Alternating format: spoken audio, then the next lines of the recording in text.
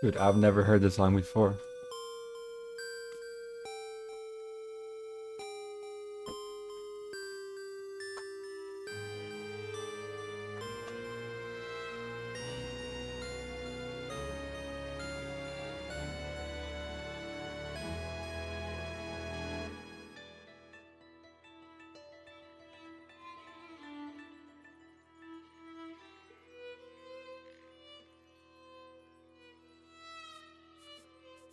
Yeah.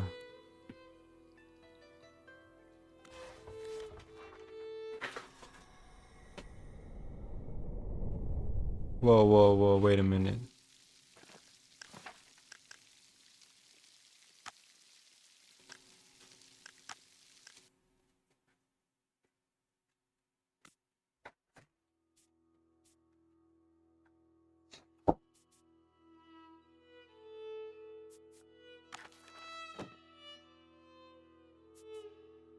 Can I now switch save files?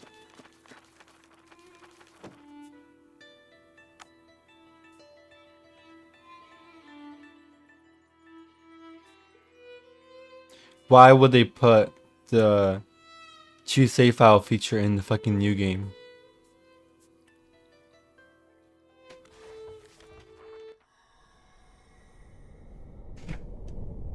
Anyways, I had a save file on my own time.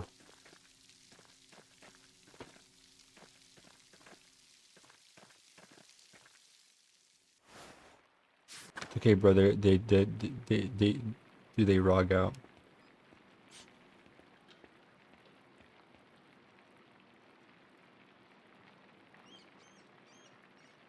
What are you even saying?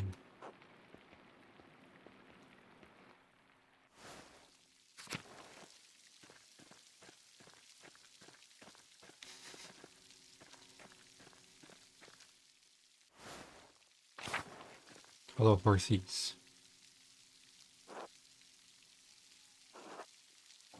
Lawrence must still be awake. I wonder how he's doing. And what was he thinking? He's a baron, but he couldn't have expected that to go well. The storm doesn't seem to be letting up anytime soon. I should get back to the Gertners.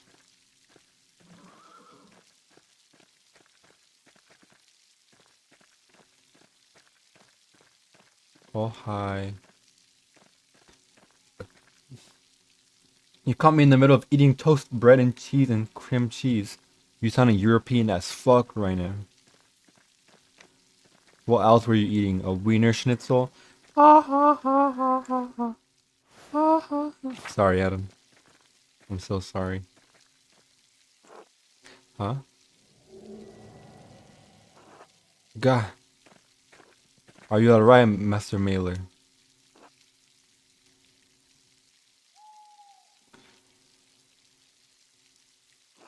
The ghost? Yes? It could be a Roman, maybe even an old pagan. I want to be the first time people have seen ghosts around the parts. So I watched someone else play this game, a bit of it. Nah, I love it. And they didn't have the S thing. You see how in first wouldn't be the first, there's an F instead of an S? They do that to make S's more clear back then. But when I was watching someone stream it, they didn't have that feature, and they still had the the text variety on. Interesting. Usually around the ruins. Who knows how many restless Romans lie beneath those stones? Well, I think I found Johan's last lost sheep. I'm going to head home. Weird. Maybe it's a setting. Take care, Master Mailer. Oh, thank you, too. Also, just for a bit,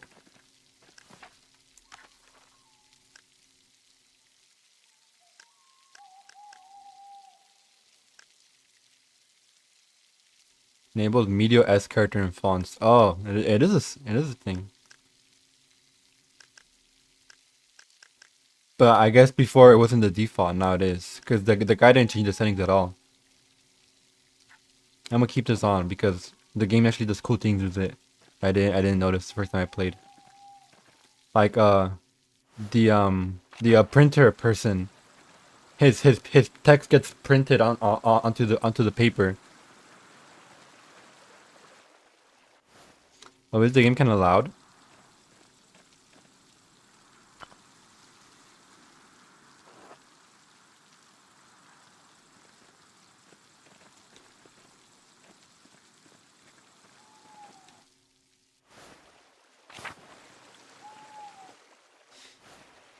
How about you make like a media and get lost?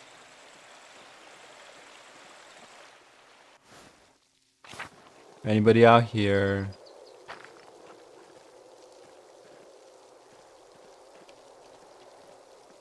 Audio's a little louder than usual, maybe. Maybe because I'm mobile.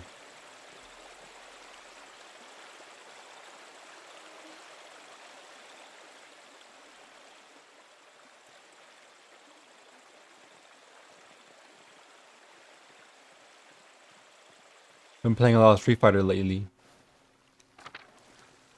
It's been fun. Like the owl. Look, the owl baby.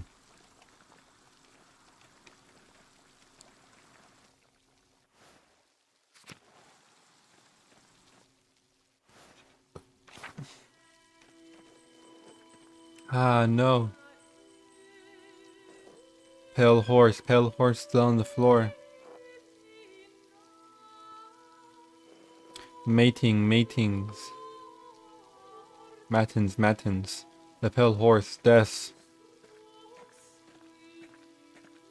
They're singing? Do you hear me? Yes. Yes, Father, I hear you. Am I here? Is this now? Yes, you are with us, and this is now. I apologize, Andreas. I imagine that must have been quite alarming. Is she alright? Heck yeah. She is, yes, sister. Emily is a mystic gifted with visions when God sees fit to give her one. Can't believe I didn't notice this, but,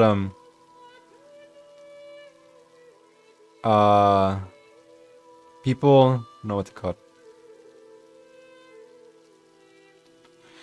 The red text to highlight important characters and names is a thing of old manuscripts. Some are more frightening than others.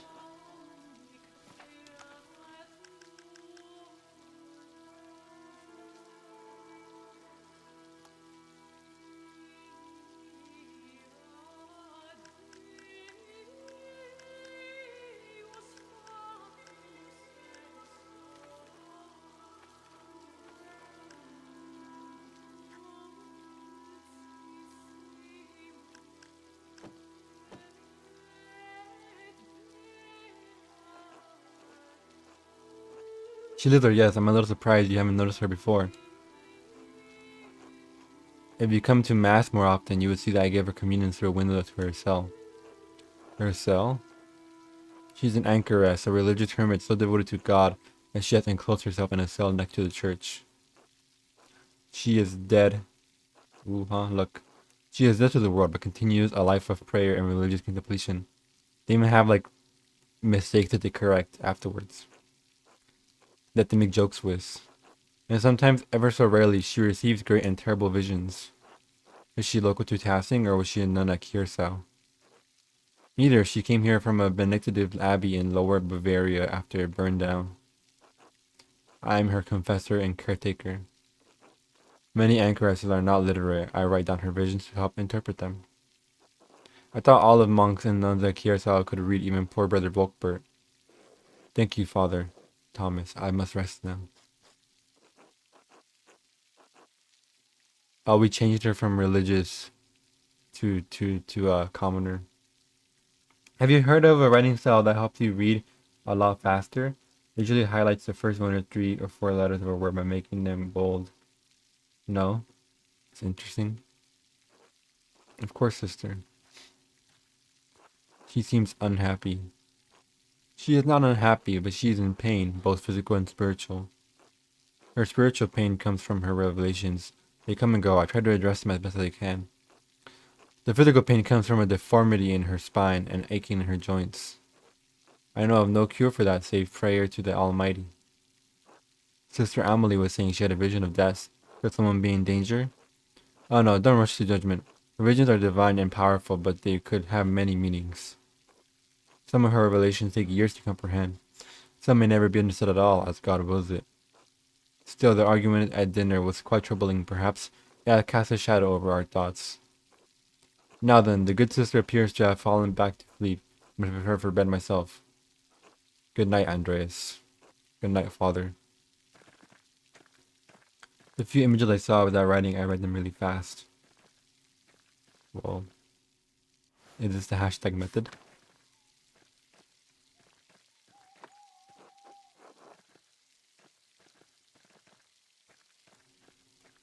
Staub.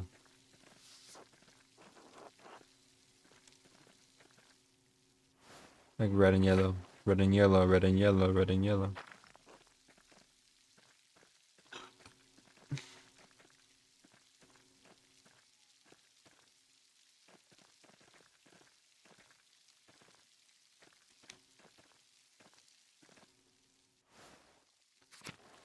Skippy.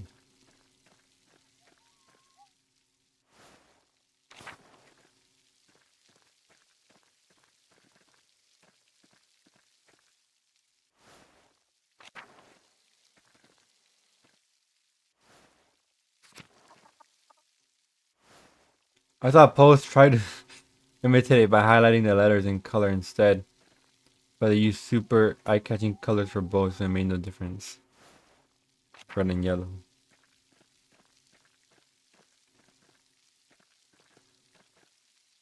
That is strange.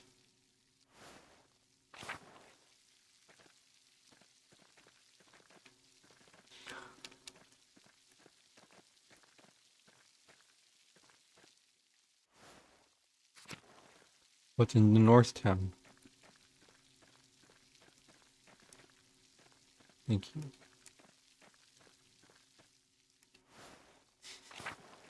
Number one skipper, number one skip streamer.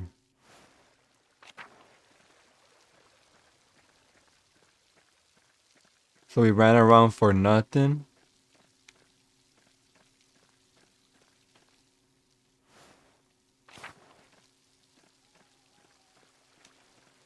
I want to see a fucking ghost.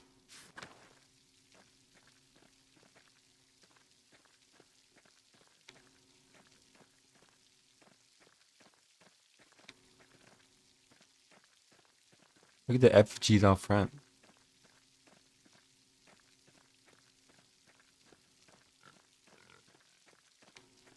Pigs are low-key scary as fuck. You know, sometimes they'll purposely knock you down so they can eat you.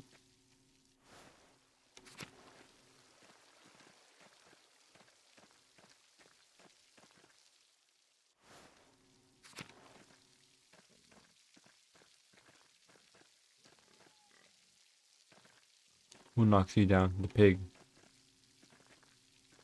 The pigs. You're in an enclosure then. Once you get knocked down, you made into food.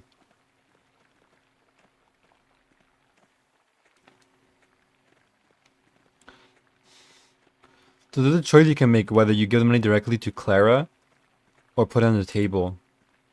And I think the idea is that if you put it on the table, as a surprise, the dad just takes it. The husband.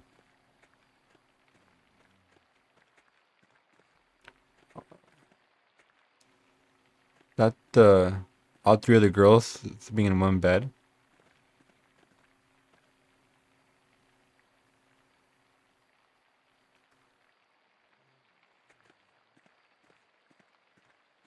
And then the dad sleeps on the chair. Oh, that's cute. He gives him the bed. Loki kind of crazy though, sleeping on a.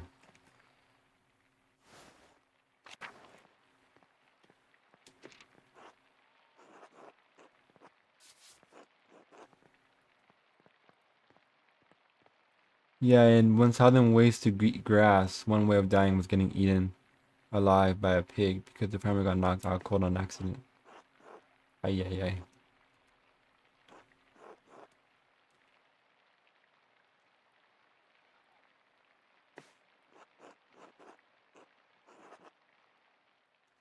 Go to sleep. Go to sleep. Wow.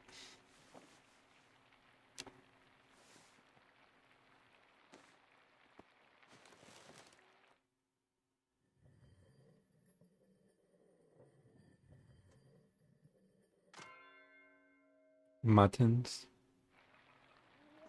Time to get back to work.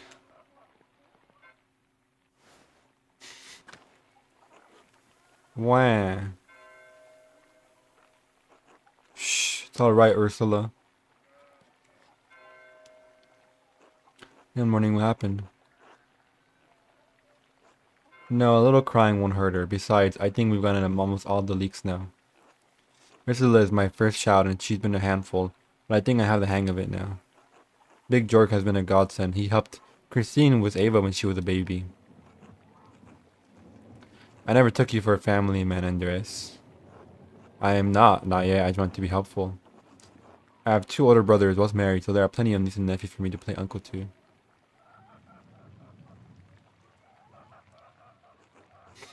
I appreciate the offer. You'll make a fine husband someday, Andres. I like when the storm let up. It's been going all morning.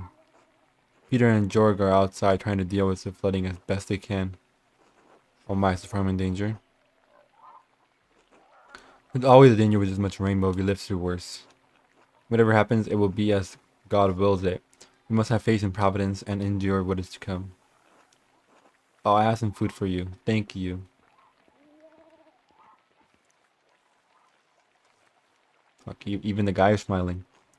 Here, sorry I can't prepare anything more. Thank you. I don't want to say hello, by the way.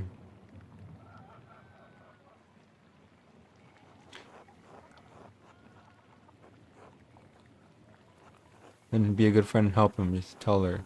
So what? They're not married, are they? Neither are you. Yeah, why not test the water? Ho ho ho ho ho. That's cray cray.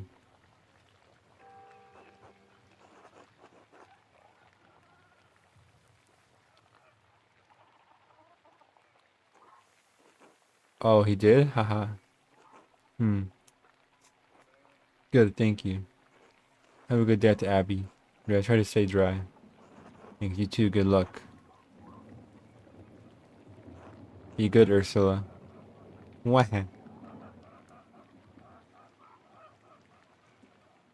I just disappeared.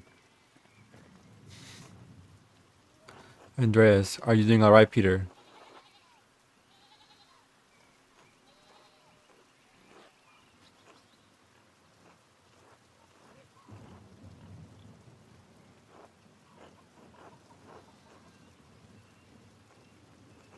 There's a reason we're down here and they're up there, Andreas. Anyways, I have to get back to this. See you later. Rain and poor people is like parasite.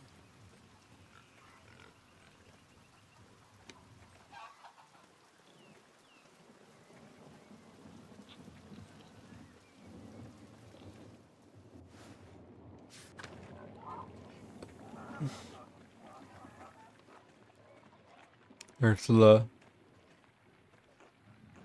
Andrea. Ursula's a cool name.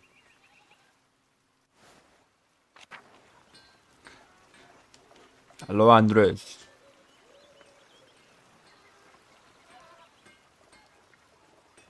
Oh, what the hell? You afraid of a little puddle, Andreas?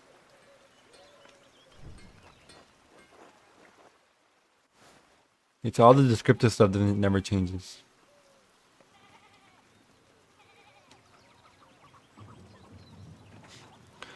Be with you, Andreas. Seems like we have a good spring storm, though I hope it lets up soon. God be with you. Good morning, I'm sure it will let up soon. Good morning, it's annoying I have to walk all the way up to the admission. As God wills it. Or which I paid Grep for last week's pumpernickel.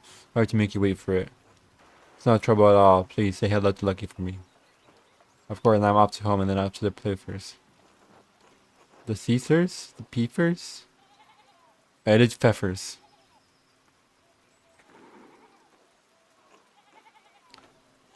Helena has about a month to go before her child is due. Helena. Her last one was hard. He didn't make it left. He didn't make it. God rest his soul. I want to give her the best chance she can have. It is in God's hand. Trust in Providence. What was the other option? Why is that a remembrance? I'll do what I can to help, but why make the Lord do all the work? It must be off now. Good day to use both, Andrea. Stay out of the rain. So how did I pay for her health? She'll appreciate that, Andrea. Thank you. Until later. Till later, Agnes. How cute. How cute. We're just a nice guy.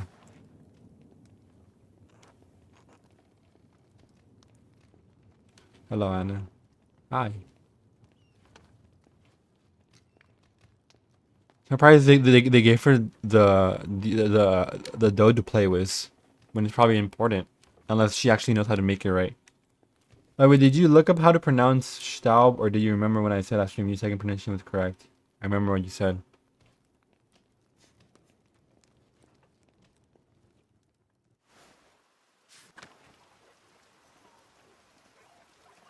I can enter the house.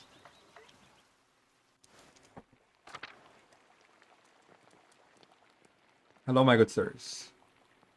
There's no one in here.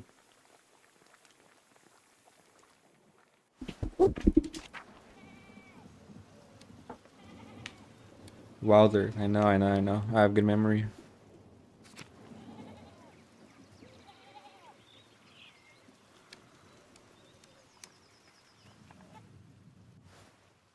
Ain't shit here.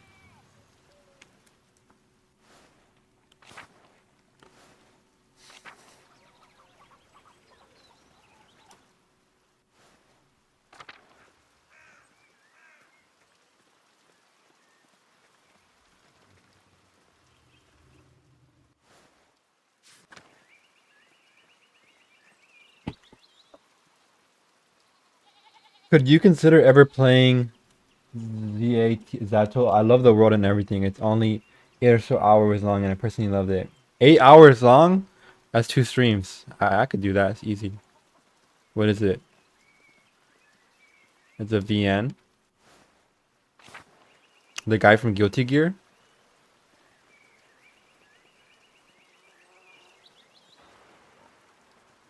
All the lightning. Does the honey not get ruined?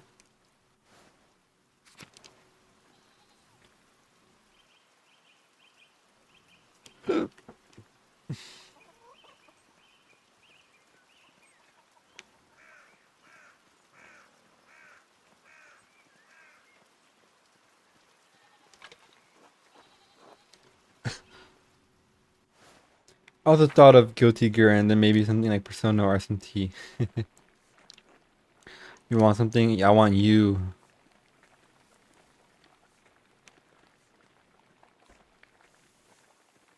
One of these days, someone's gonna come in and recommend I play Black Soul or something.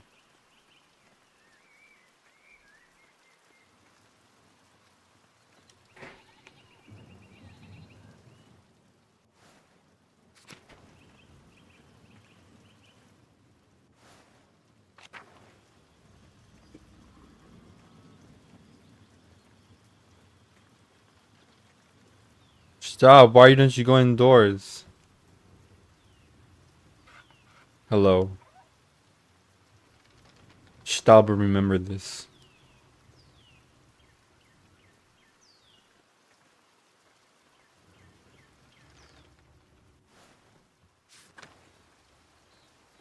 It's set in the USSR, like 1986, I think, and it's about a girl in the MCS class going missing. It's not really about that. It's like a psychological, supernatural type of thing. A VN? I just saw another tweet poking a lot of fun. Poking a bit of fun at Black Souls a couple hours ago. I'm seeing a lot of those too.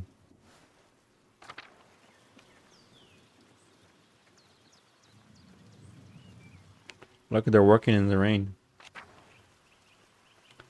In the rain. Father, I've said it before, but it isn't good that the water drains here so quickly. It's affecting the foundation. Needs to be looked at. Understand, but if you dig here, you may be disturbing the bodies decomposing in the yard. Of course, Father, but they're going to be dug back up again anyways. Yes, but why disturb them unnecessarily? It's your church, Father, but you can't put this off forever. The foundation is going to crack. I understand. Perhaps after some of the bones have been moved to the ossuary. Thank you, Lucky. Good day, Master Meller. Good day, Father Tomas. It's a VN, sorry. It's kind of like Lane, if you will. I like Lane.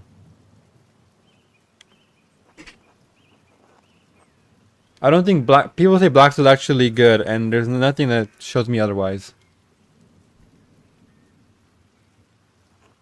Yeah, Lucky was reminding me of the dangerous to your range flock and built to the foundation.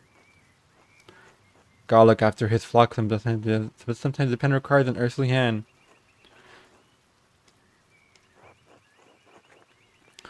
You know what group of recommendations chuds were right? Nikkei fans. You know that one like overly fan servicey mobile gacha game? With the girls was like if you shoot the guns and then like they start jiggling. The people say that the writing's actually good. Some people were saying that it's really good. It's not really good, but it's surprisingly good.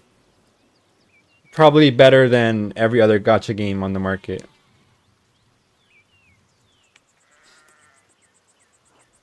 Lotil. Publish when it goes later. Have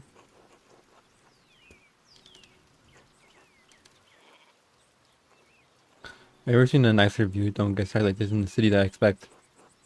I can't say that Nuremberg has many Roman ruins, no.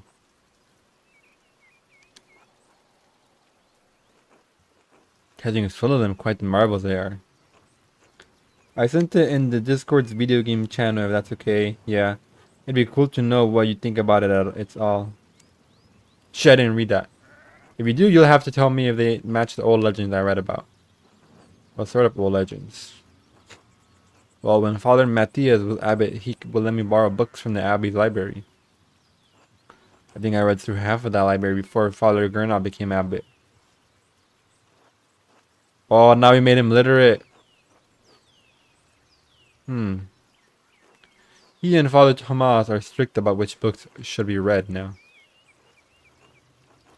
Books should glorify God, they say, not discuss the old pagan ways. Still, the accounts of the Romans and testing are my favorite. That old book about how the Roman knight Gaius Metellius defeated the Rieti, I think it was. Heavy snowfall had him caught in this very valley. Barbarians on all ooze. When May sent a wolf to the night. Instead of killing the beast, Gaius followed into a magical spring with trees covered in all costs of fruit. May provided the wolf and the. I don't know what that letter is. E? Epstein? Epstein? Everything? Eggsing?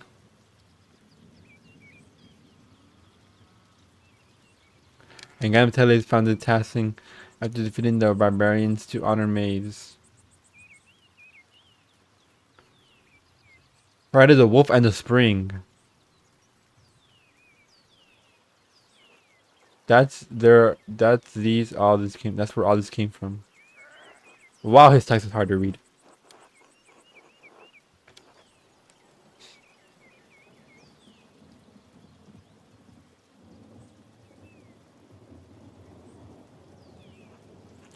I don't doubt it. Testing is full of old tales. I just asked Peter.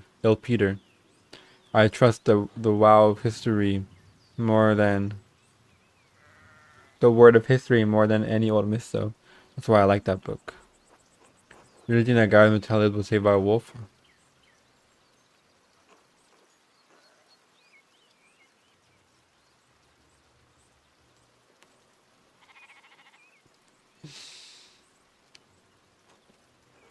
I to believe the miracles of the word of God and not the spirit could guide, and not that a spirit could guide a wolf.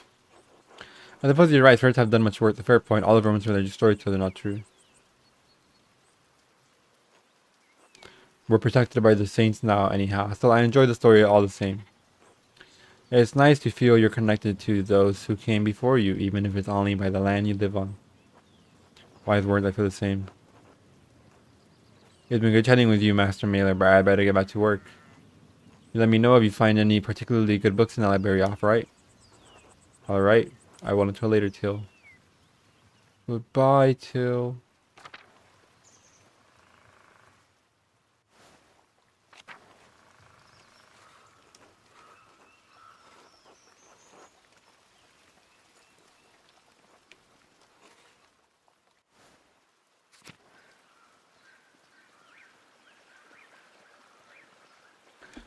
What do you send in video games?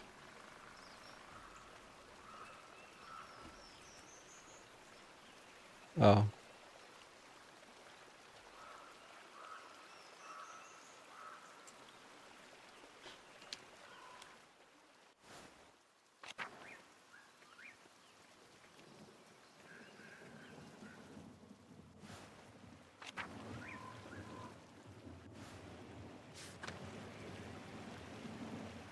Hello, old Otto.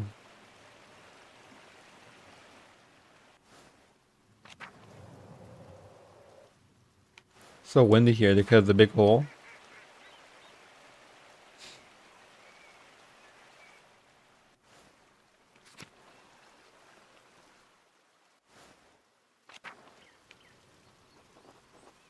Martin. Hey, Martin. He's shit, Andres. Achoo.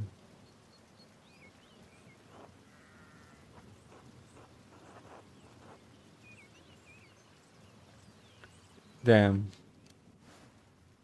Hopefully that works on my other playthrough. Where I was nice to Matthias. To Andreas.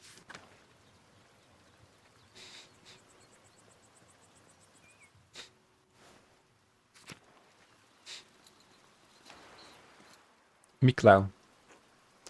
God be with you, Andreas. Have you also seen that post with an image of shaded color orb that says this palette almost ruined my art or something? No.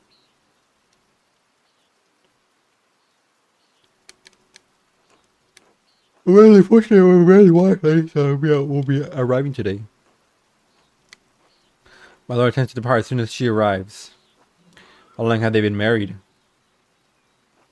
7 years now. She's a fine woman, a true lady. I'll tell me to bid farewell to the Baron before he leaves. I'm sure he would appreciate that. He spoke highly of you before he went to bed. He was disappointed that you didn't debate him at supper, but he understands that you didn't want to anger the abbot.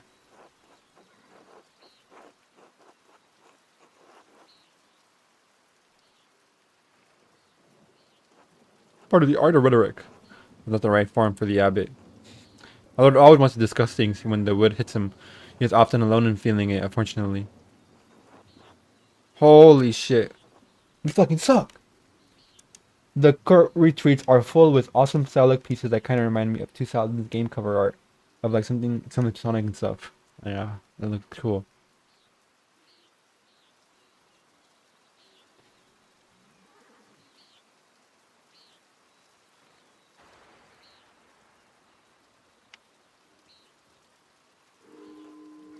Perhaps not on this occasion. I believe you may have offended the Baron in some other way as well. Some way. Or some ways. I would not fret too much about it. Master Miller, he is a forgiving man. Where has your master gone then? He went for a walk early in the morning. He didn't say when he'd be back.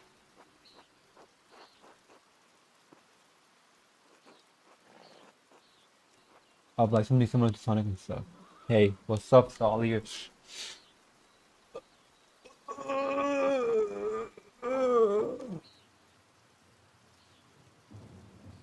Mallory was surprised you, Andreas. Never mind getting mud on his boots. I'm excited because in my other playthrough, I did everything right. No one has to clean them. This game has a cool system where they do these checks, but they're not based on roles like other RPGs, and they're basically flat. Like if you either get enough points or you don't.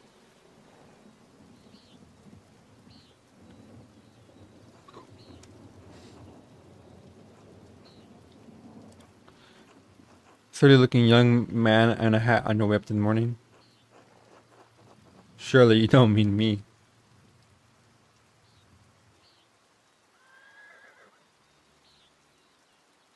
We had to pick the flavor text every time.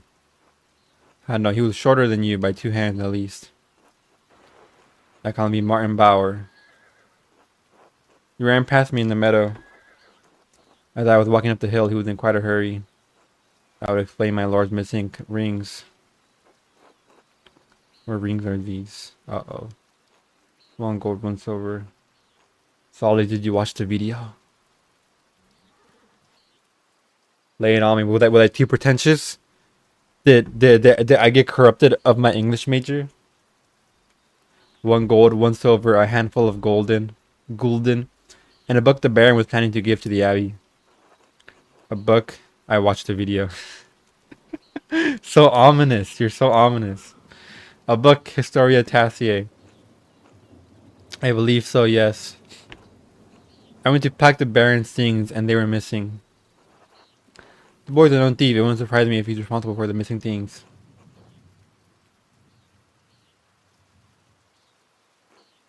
That would explain it then. Regrettably, he had ample opportunity for his theft. Yesterday, I caught the boy with the hat. Martin, I suppose, peering in through the windows.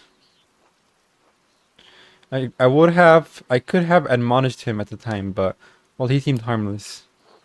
That's a shame. I hope the Baron won't be too put out. My lord is a man of some means. He won't miss the gold or the rings. I do think he will be upset about the book. He was quite excited for the abbot to see it. In any case, I must finish preparing the horses. It was good talking to you, Andreas. Brother, hope this rain lets up for you soon. God willing, until next time. Until then. This chapter is much slower than the first one.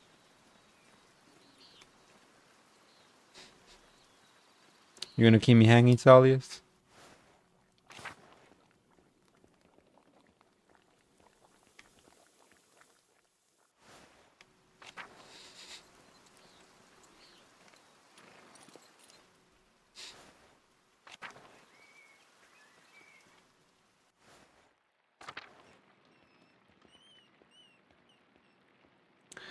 I don't know, we discussed this already. I agree that the story serves the theme, but the theme itself is not what gets criticized in the way the theme is communicated.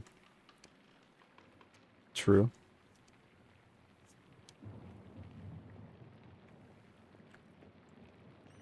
I think I made my general opinions on the ending not clear enough for most people that seem commenting, which is in part 2 does poorly. Unfortunately.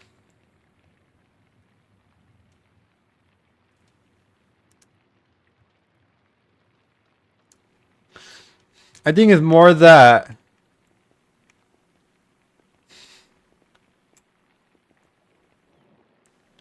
part 2 does most things kind of like the opposite. Most things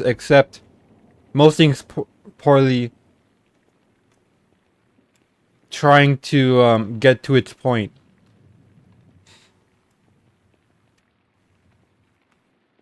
I think looking back, it's easier to see what he was going for, but it's harder to resonate with it when so much of our experience with the characters and the narrative and the story events are rushed, and we don't care. And I think the ending works in letting us know what we should have cared about and making everything feel more coherent. But at the end of the day, it's still mostly shoddy. Like my point in the, because what I see is criticisms of there not being anything, rather than people being fine with the themes. Most of the criticisms that I put in the video are about people not thinking that there is no theme, that there is nothing to the story.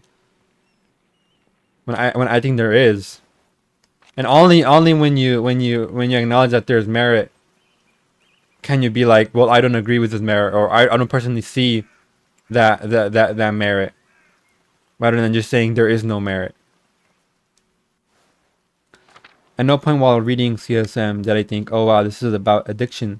To me, it was always about the meaning of bonds and what it is a true relationship and love and what is abuse. 90% of part 2 is about girl.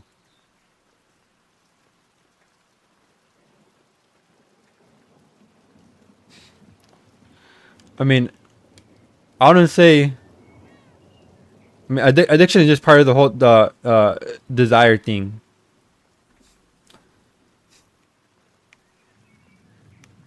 Pet mouse finger.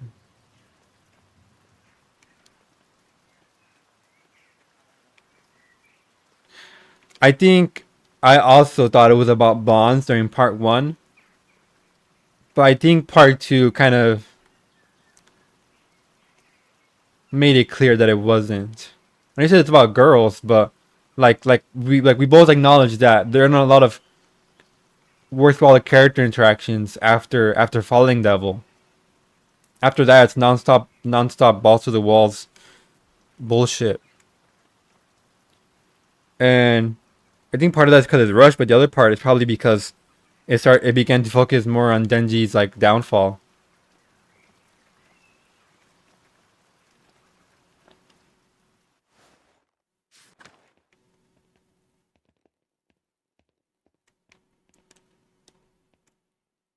I wanted it to be about bonds, and for what it's worth, I do think the story is stronger when it was about that.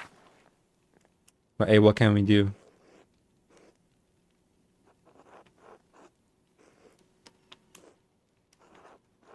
I always need help. No.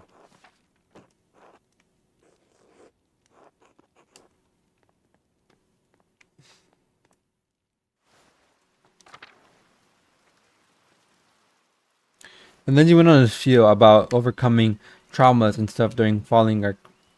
Not supposed to show Denji maturing, overcoming the events of part 1 during Falling Arc? I guess. And then he got worse again.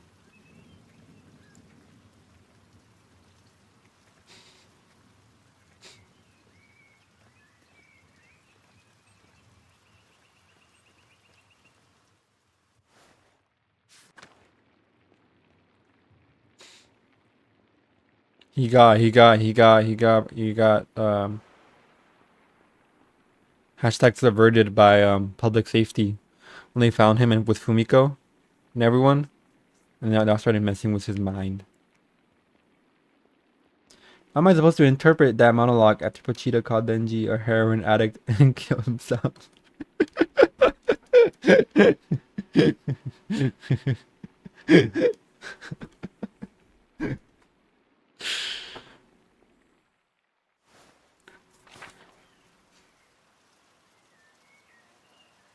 Fumiko, what a non-character and waste of panel time.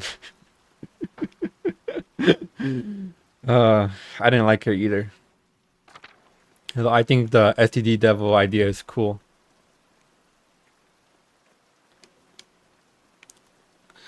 I think Chainsaw would have been so much better if it tried to make more than one main theme. Desire and heroism is its main theme, or more like that's what Fujimoto chose to be its main theme at the end. I think it was fair to read like the end of part 1 where he's like, I wanna be Chainsaw Man as like ominous and not like triumphant. I think that's a cool not recontextualization, because you could have always read it that way, and it always did kind of come up that way. I thought it was triumphant because, like, yeah, he's giving into like desires and hedonism, but he's using that as a way to keep moving forward instead of losing himself and becoming Pochita.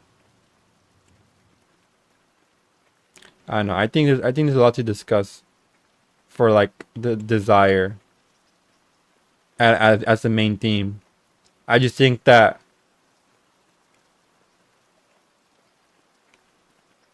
as a kind of a resolution to the answer being like finding solace in family or community would have been more resonant, since that's kind of what he ends up doing anyways in the ending, with Denji finding power. Like I get that it's supposed to be a detour to him finding that answer, but it would have been more resonant if we had more of it in part two. You know what I mean? Like if he did all that, like, character regression while still building up everything that we wanted with Asa and the side characters, Kobeni and whatever. I thought I saw posts say that Denji resorts to Chainsaw Man identity so much as a cope or substitution to things that he lacks, or at least that's what I vaguely understood. I was thinking of part two a lot more harshly as a whole than you do. Like, I was spitting on these pages since Falling Devil Arc. I mean, I also didn't like it since Falling Devil Arc. Actually, more like I thought it was worse than part one since Yuko, since chapter two, and I thought it was middling since Falling Devil. But I think you do review more harshly than me. Well, but I also have the same parts I don't think are good.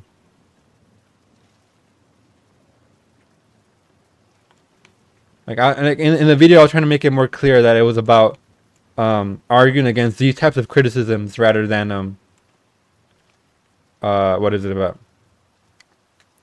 Than about defending or criticizing the ending, so to speak. Like the criticism that you're making right now, I think are a lot more fair and valid than anything I put in the video. Anything I reference in the video.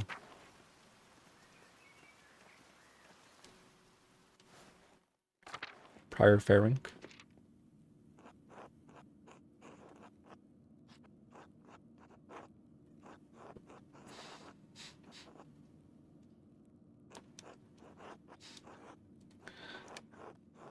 I know that feeling of telling oneself that the things you do are technically good, so it's okay to keep going even when it ruins yourself, as a self-delusion.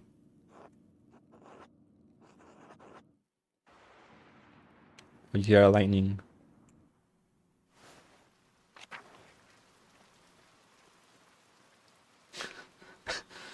I can't say I would spit on the pages, but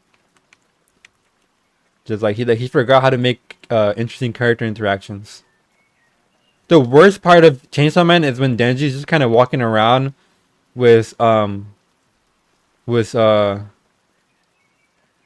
Fumiko or Lil D or whatever, and the other public safety guys. That part just kind of annoying. Who's in the dorm?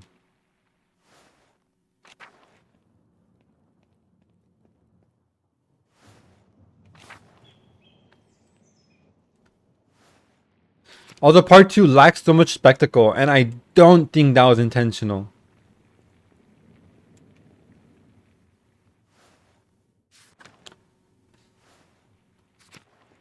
Where am I going?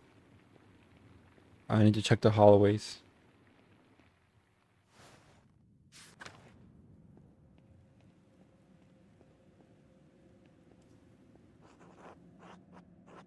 I have to remember this. Especially because part one... No, especially because I put more emphasis on artistic elements of it. How does CSM go from some of the best paneling and action that to part two art? Because Fujimoto was getting BTFO'd. I don't want to say he was lazy. But again, no assistance. I don't know if he put himself on the weekly or if Shonen Jump put him on the weekly, because he was free schedule at the beginning, then bi-weekly, then he put himself on weekly. I'm like, well, why? What's the idea here?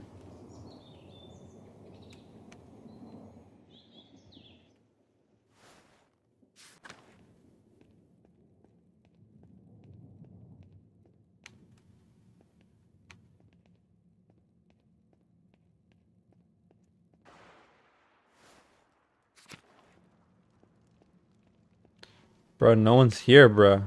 I'm running around doing nothing.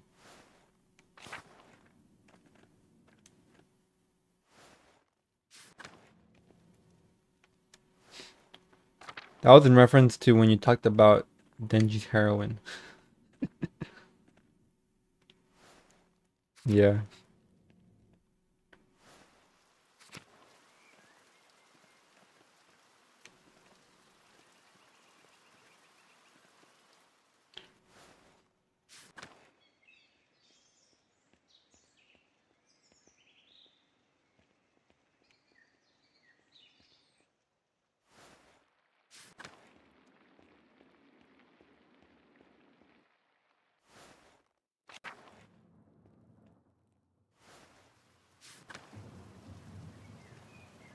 He put himself on the weekly. He had new assistants by following Devil Arc, and his art quality didn't drop off until 20 chapters in a weekly output. It just did. He stopped caring. Is this true? Is it Owarida?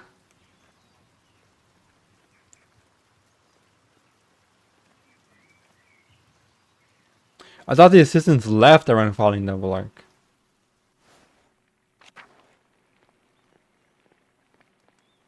I know he had assistants by the end, cause he thanked them. Oh, this is wonderful. The rest of the abbey is soaked and there's not a drop of... I skipped it. Good thing the abbey had auto-replaced the roof to the scriptorium and library last month. There's a cow factory next door. We can stay warm while everyone else is cold and wet. Instead of bragging about our good fortune, you should think upon your brothers and sisters and pray for their health and safety. The abbot's foresight saved a lot of our work. The abbot's foresight saved a lot of work and protected us in library attendance part as well. I'm sure they'll be fine. More importantly, if they're not, I don't care. Brother Guy, poor heart, your heart is harder than the stone of this floor. Fuck you, Guy. We have the grumpy old monk, but where's the nice one? Brother Piero, haven't you seen him yesterday? I did, before Brother Guy arrived. Brother Piero left to speak to the abbot some time ago. No, his old assistants left during the gap between part 1 and 2. He received new ones by chapter 5, if I remember correctly. Really? Chapter 1 through 5 are the best looking chapters. New scapegoat, blame the new assistants. Well, why is Mattia ringing the bell? It can't be Cheris already. How far ahead do mangas have to produce chapters? Would 20 chapters fit into time frame of when his work process changed? I'm pretty sure he made chapter 1 during the break. Like he was working on it throughout the entire year, maybe. Or I don't know. I don't know anything. Pray stop soon. Such a cacophony is an assault to my frail ears.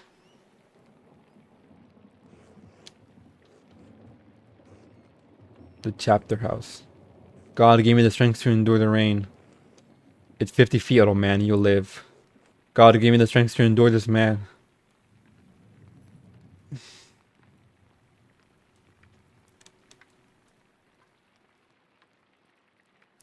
Mangakas are usually making them... They are like... A chapter comes out 3 days after it's done. They make around 2 chapters a week. For a weekly format. At least, that's what the Rent-A-Girlfriend manga does. 3 days to make a draft. In the next 3 days, you fill in that draft. And then, in the next 3 days, you make another draft.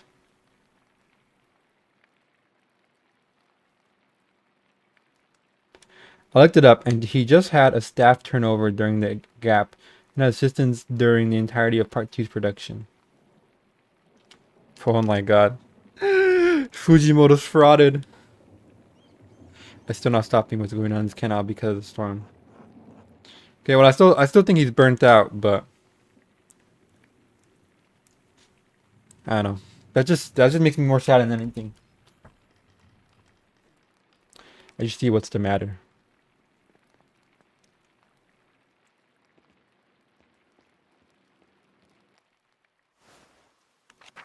I guess it'll never be better than One Shot and Fire Punch.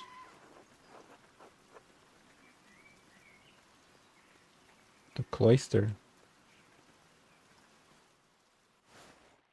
Holy fuck. Wait, rent a girlfriend manga? Yeah, I can imagine rushing stuff out.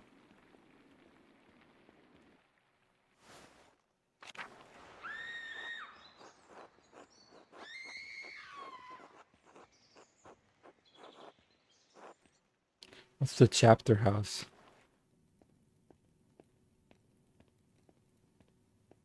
What the hell?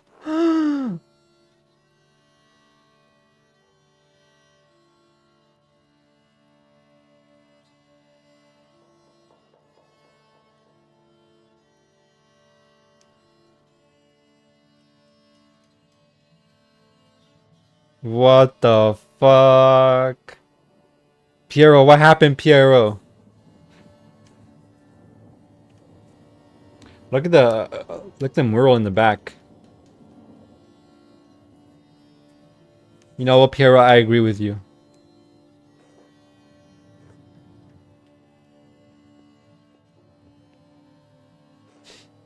Please, Father, where is Brother Florian? Have him come quickly. Be silent, brother. Brother Florian, if you please. Oh, Piero didn't stab him?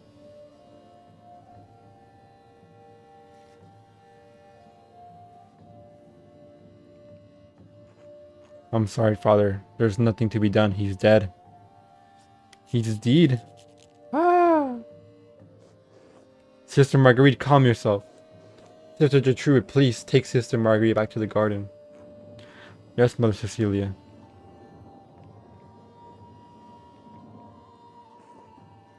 God protect us. The Baron was a friend of the Prince Bishop of Triefing. Why are you so worried about the Prince Bishop? This abbey is odd in more than one way. Its existence offends some in the church. We are far enough from Rome and Mainz.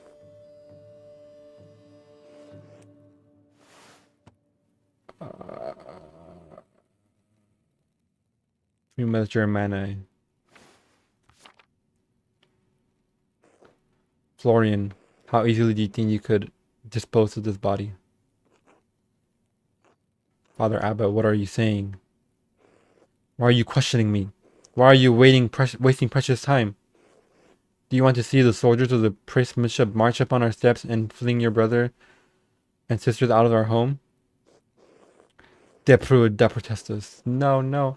Ave Maria Gratia, play. Silence, quiet. Calm yourselves, all of you. I looked a bit deeper in, and his new citizens were all noobs who were only responsible for drawing backgrounds. Unlike in part 1, Fragimoto didn't receive help in drawing the characters in part 2.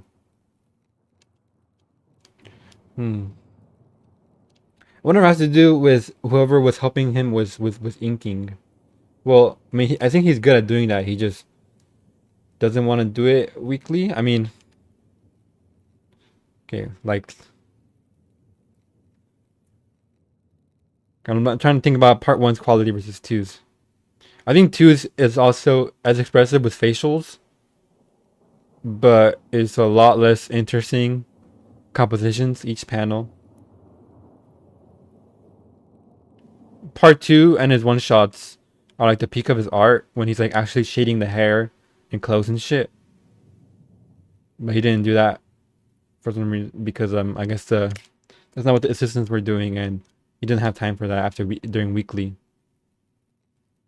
Which is funny because he did that during Fire Punch, but then again, Fire Punch he had like god assistants at the time, or did he? I forgot when. I think the Spy Family manga was still helping him.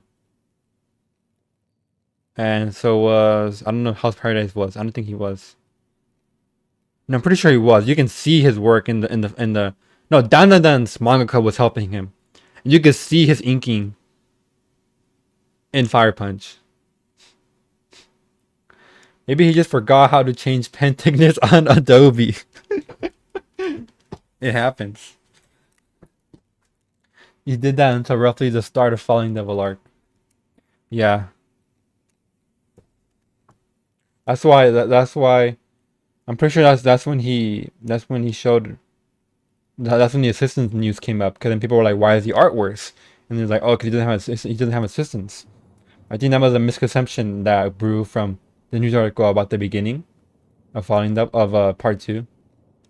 Baron Rothwell's manservant is already preparing to leave. The Baron's wife should be here in a matter of hours. This is not the time for rash decisions. What will we do? We must send the Baron's man to the court of the Prince Bishop at briefing at once.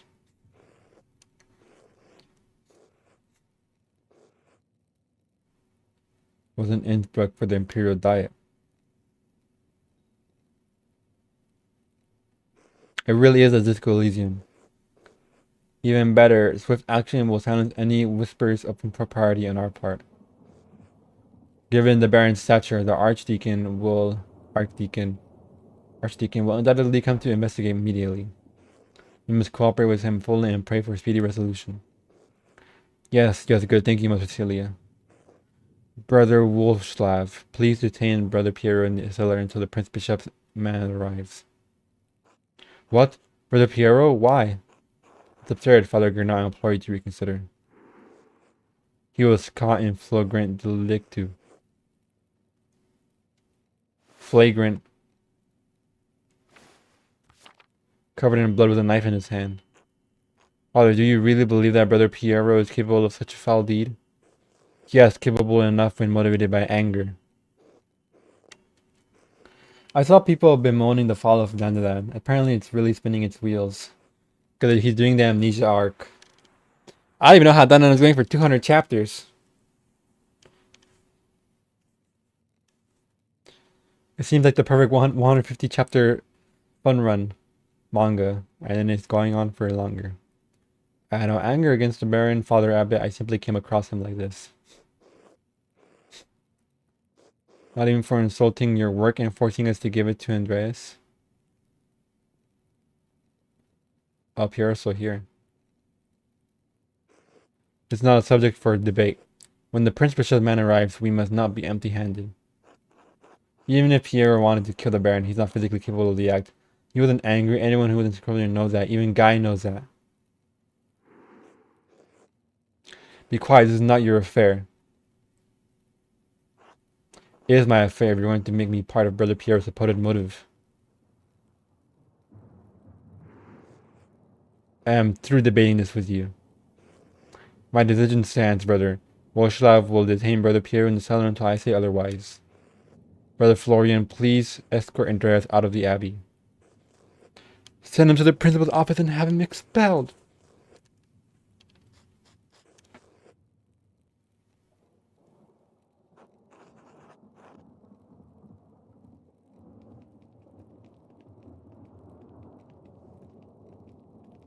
He's gonna stab me. Oh, dude, I stopped reading Down since the end of Alien Arc. It got old really fast. The romance was building up so well for shonen, and now they're doing they're like twisting you around. I also saw some videos like 3 months ago about how villains being not entertaining and side characters getting shafted of being annoying. 100 romance manga really for nothing, huh? Well, to be fair, a lot of romance manga fucking suck, so not like he's taking the best inspiration. He should be watching Toradora and Oregairu and Skigakira and Katakano. It is in the time to push the abbot. I'm sure the other brothers and sisters believe here is innocent as well, but the abbot is worried about.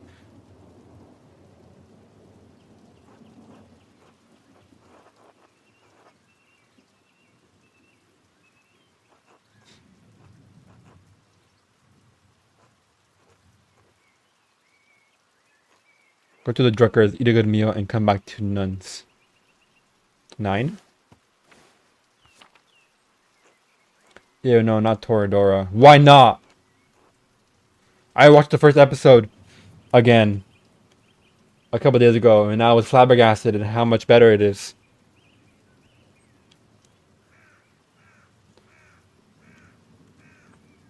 Let me in for what? To examine the body. Toradora made my ears bleed.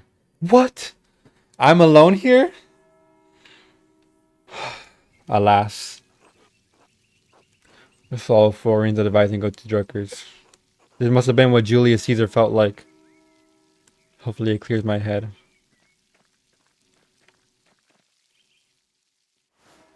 It's funny you said that because I was just thinking about how good the voice acting is. You know, after Isaka's voice actor was typecasted into the same Shirley Sundara every anime. It's nice to see her have more variety in Toradora. Even though sometimes she does do the Shirley. One of the times she does this really nice more grounded voice. Your opinions are too unpopular.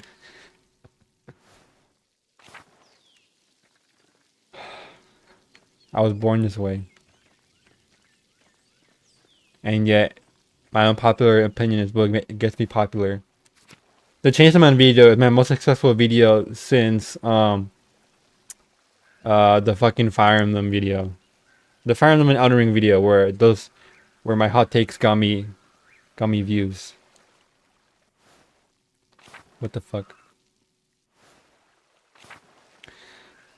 Oh yeah, speaking of VA, I watched Dorohedoro season 2 and it has terrible voice acting. Dude, I hate Kaiman's voice. Oh, it's Anna. Like, voice acting is straight up fucking worse now. Because it just became, because Japanese voice actors started inbreeding amongst each other. So that everyone just sounds like hyper anime, like no real emotion, yelling. Everyone can only yell or be rambunctious anime. You get no unique ways of saying anything. Everyone speaks in the same fucking Japanese. It's so fucking degrading.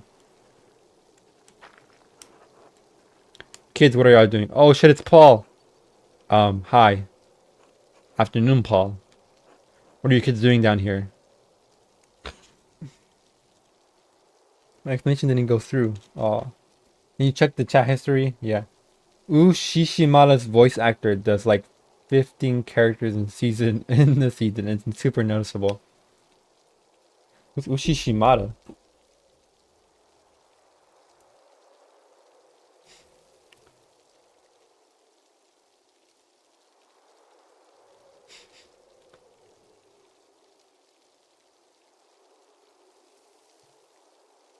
Oh, it didn't even show the explanation.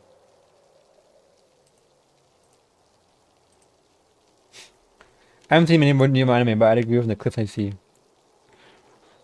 Vlogs. What was that? Frogs. Thank you, Bertolt. We're not really looking for frogs. I am. Me too. It appears you're outnumbered. Why don't you tell me what you're really up to? It's nothing bad. We're throwing rocks. Bert! Rocks down the hole. If you look at some clips from season 2, you'll notice too. Dorohedoro? Season 2 already came out? Oh shit. Dude, you think I'm actually watching the Dorohedoro anime? That shit gets me tight. That shit gets me tight. Rocks down the hole. They're throwing rocks in the old mine. Maybe. Can I join? And just they fall for the long way, and if you lie on the edge, you can hear them go plink way down below. I was throwing 100 rocks. It's really not that many. I like how Paul is smarter than both of them. It's not that many. What do you think is at the bottom? Rocks. Well, now there is. Aside from the rocks.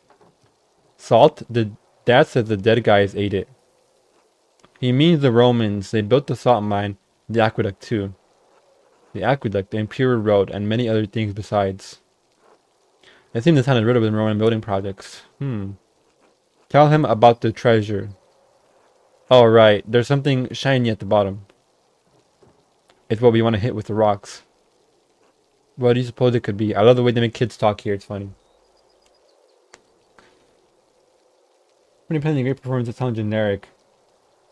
Like, What anime was I fucking watching earlier? I was watching Studio Ghibli. Something I noticed is one, this is especially egregious in dubs. But old people don't sound like regular old people now. They sound like like really exaggerated. They don't sound like a picture like a fucking like a 40-year-old woman talking. Like you can hear the age in her voice, but she's clearly not acting it up like they are in anime. Dub voice actors are just bad because they literally don't have any old people in the industry to do the old. So it's all impersonations. I'm pretty sure the same VA does all the male background characters. Door Season 2 is a genuine improvement over Season 1, but it's still flawed as hell. I'm watching it because the Door story is just that good, but yeah, it's rough.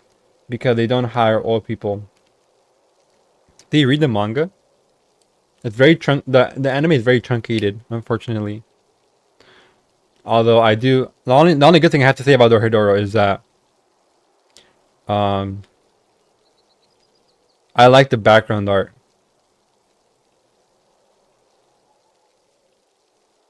But I feel like their voices aren't. I don't know. I wish I could read Japanese because I really like the dialogue in Dora, and I know how much of that is the localizers doing the work of adding in cuss words. And I don't think they're saying fuck in the anime, to be completely honest, or even the Japanese equivalent of it, because they don't hire old people.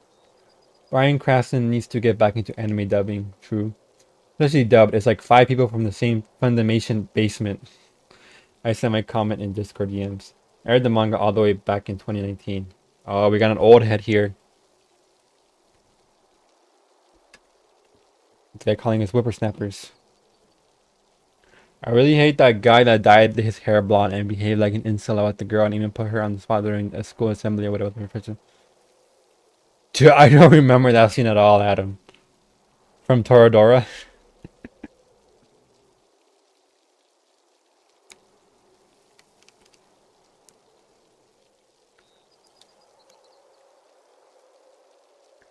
Kaiman's voice sounds like a caricature.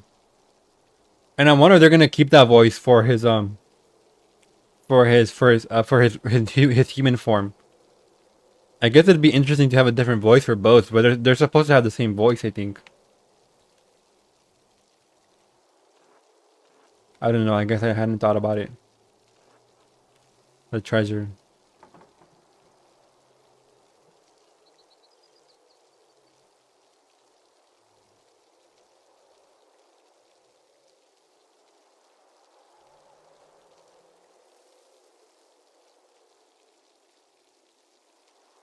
We should get it. I don't think that's a good idea. I think I've been too biased against anime recently. Like I was watching the Blade of the Immortal anime, which I usually say sucks, but I find a lot of worthwhile stuff in it. I guess you kind of just have to let go that most adaptations are just supposed to do interesting things with the manga, and not be like a proper adaptations because that's too expensive to make most of the time. You could be hurt. So I'm gonna live forever. Dad says that's blasphemy. Are you gonna tell Andreas? No, the treasure will be our secret. Yells. Yes. Thank you, Master Mailer. Until later. They're so cute. Look at them. Bye.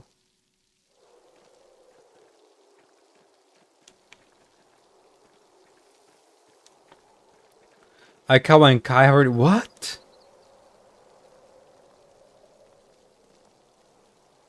I spoke to one of the Gaunt's waiting room scanlators and he said that the Dorohedoro manga really is that crass and crude. That's awesome. Do you think the anime is toned down? Or is it just like our equivalent of those words are more looked down on, are more censored in anime, or like more looked down? I don't know. Like would their version of fuck be as bad as fuck is in our language?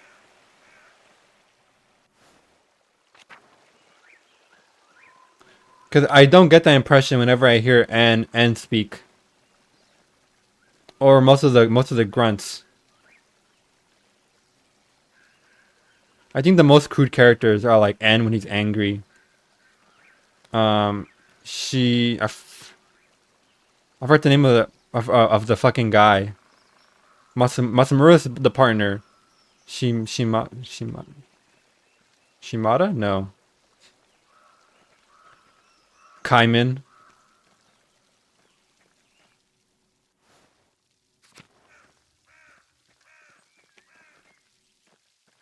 Oh, we can't go back. Interesting. Oh, something scary's happening. Never mind.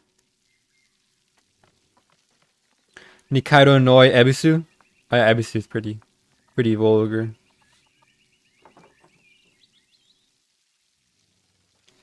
Girl White is more toned down in the end. The other being blue hair girl telling the MC how stupid he was for not picking up on clues and didn't understand, so I was also just confused. In the end, anime adaptations are advertisements for the manga. Yep. Girl White is more toned down for sure. English has a lot less swears than many other languages, which probably leads to repetition. Is that true? I I find that hard to believe. Let's look up some clips. Yeah, no, ABC.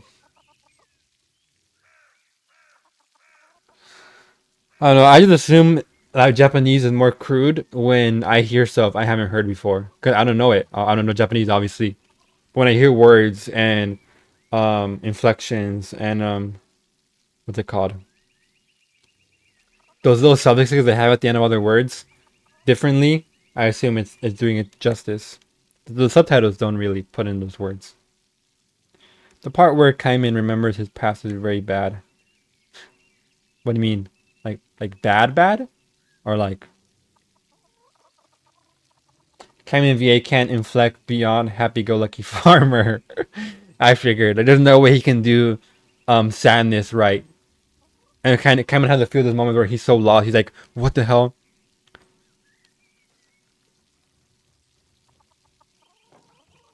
Andreas, are you alright? Oh god, what happened? No, forgive me. Come and fade. Come inside and sit down for a minute.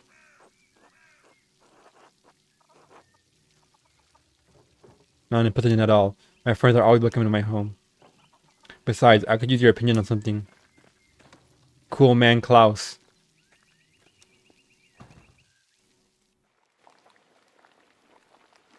Marie. They're a family of printers. That's why they speak like this.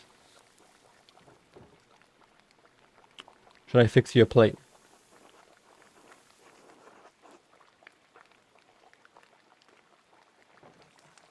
Oh my, Klaus, you must invite Andreas over more often so I can hear more compliment my food. Hey, your cooking is lovely, darling. Hello. Hello, Bertolt. How are you? How did he teleport? Sleepy. Come back to my workshop. I at least heard that a bunch sometimes on Twitter.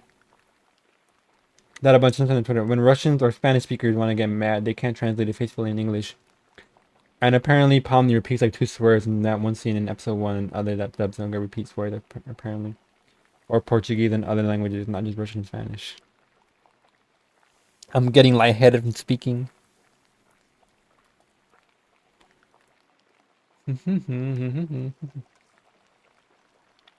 I become to dwell more and more on the anti-localization side. Because like I want to be able to praise it for what it is and rather than what the localizers put. But at the same time, I acknowledge that that would essentially kill all foreign work.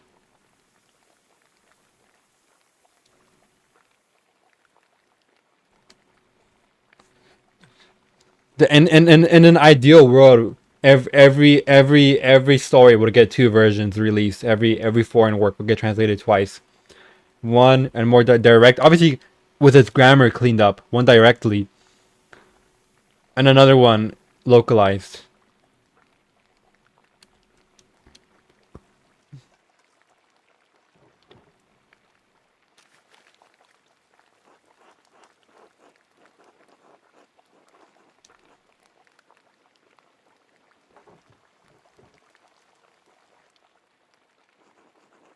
Are these her woodcuts? They are. The drawings were mine, but she did the block cuts. I've got enough talent to draw the designs, but only she can do the block cuts and the type. Damn. Working woman. Bless us, O Lord, and these your gifts which we are about to receive from your bounty. Through Christ our Lord. Amen. Amen. Amen. I'm hungry. Heh. Amen. Hehehe. Andreas, what were the bells for at the Abbey? They were sounding for a long time. Or Portuguese and other languages, not just in Spanish.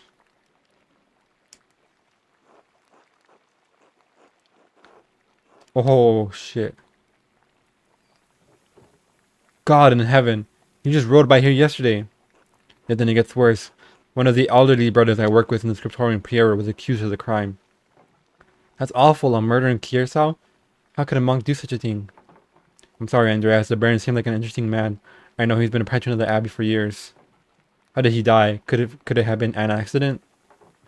And does the abbot really have believed that Piero killed him? You've always spoken of him in the kindest terms.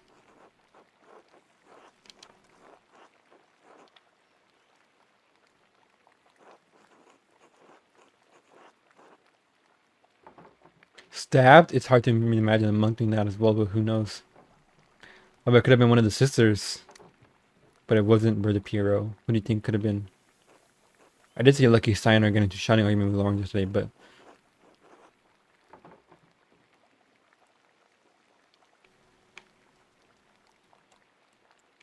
I'm fucking hungry now. There's probably something else going on that you wouldn't know about, dear. What do you mean by that? I'm not one to hear gossip, but if you really want to know, talk to some of the other women in town. Or Mother Cecilia up at the Abbey.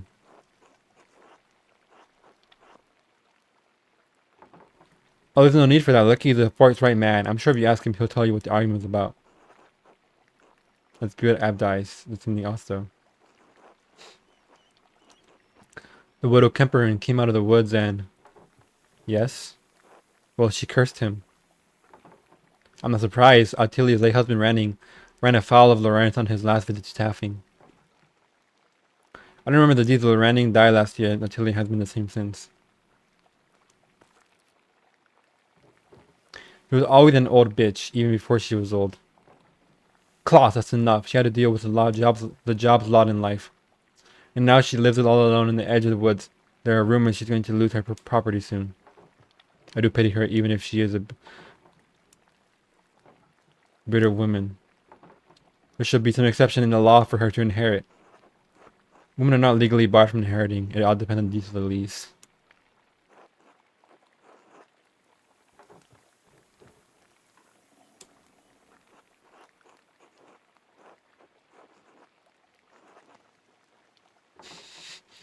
Well, are you a lawyer, Andreas? Enough about Tilia. Is there anyone else you think may have done it?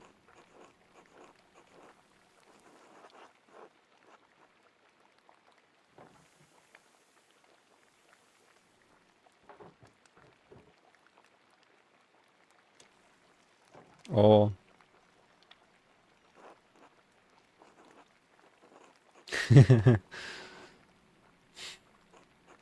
What is an opinion for some of the testament of faith for others and worse killing for? That may be so, but I have never seen that sort of anger in prior Ferenc, not even when Gernot was made abbot instead of him. Afterward he seemed bitter but never violent. It just doesn't seem to be part of his character. So, Lucky, the widow and the abbey prior. Anyone else? There was something strange when we approached the abbey together. Mother Cecilia was outside with some of the sisters.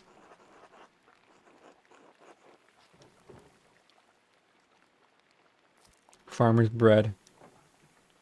I could fucking kill for a breakfast of eggs and sausages right now.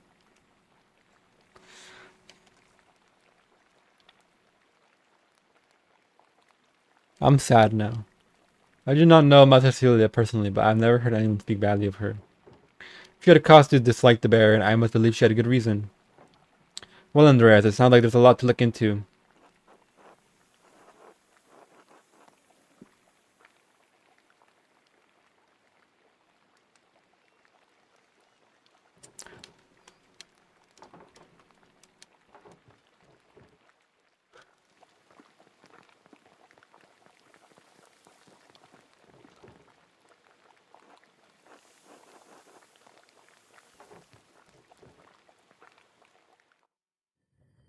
Work time.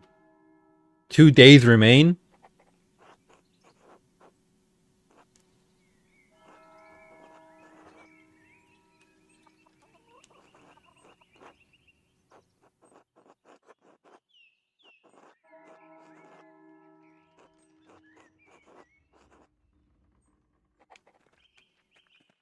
Four suspects.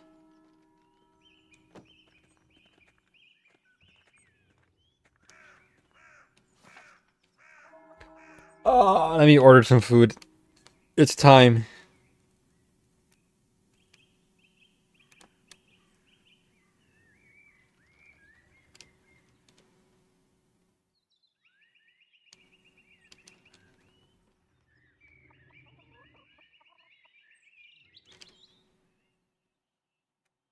Pure preparation.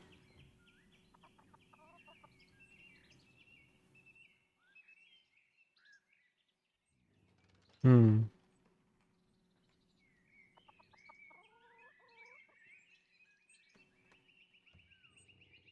What should I get?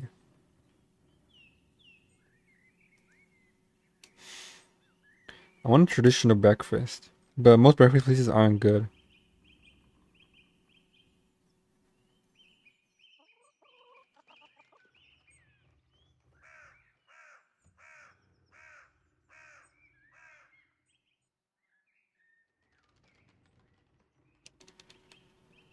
Everything is over 25 minutes.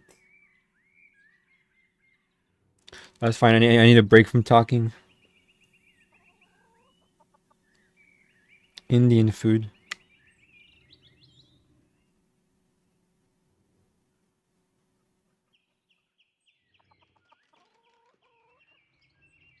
Crazy rockin' sushi. 25% off $20 plus. Fuck it.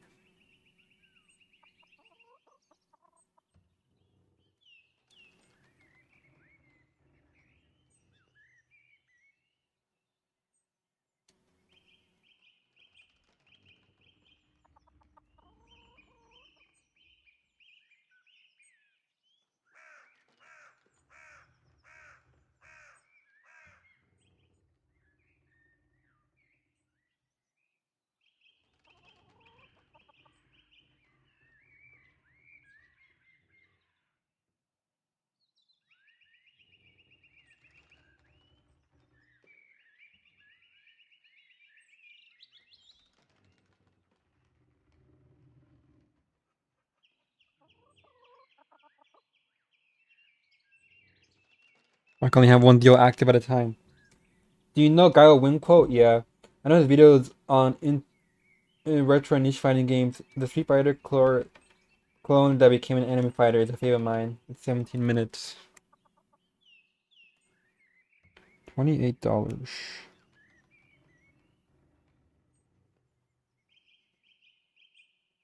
Alright, I'm trying this place out.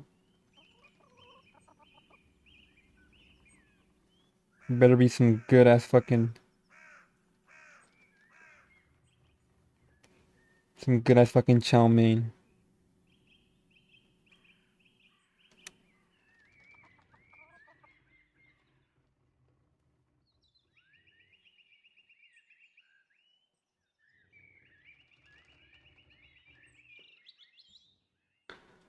Oh, I'm so tired. What the hell?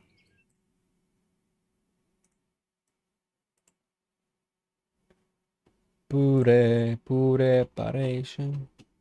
I actually don't like that song.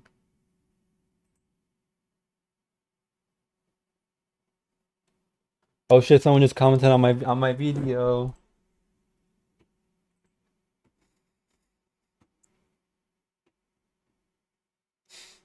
The problem wasn't that Denji always wanted more, it was that every time he got something, it came with extra baggage. Denji never had a girlfriend. How could he know he wanted 10? The closest he's ever got was with Reze. He tried to murder him after like a day. And also who was housing a being that had beef with his dog. Denji is taking Talking from the perspective that if he ever achieved something, that he will not be satisfied. And that's only because he never got to the root of his desires. He never got a girl, yet he knows he wants all that comes with one. The point is, the point by the author always bothered me. Mm-hmm.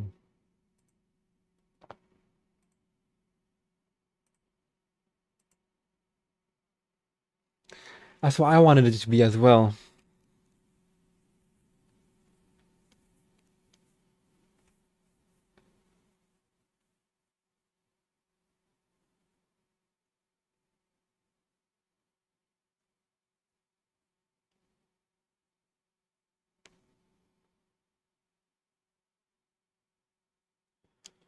Mm-hmm. Oh yeah, Pachito's also such an underdeveloped character. Most of the plot development by the end. Was he ever supposed to be a character though? I do wish he appeared more though.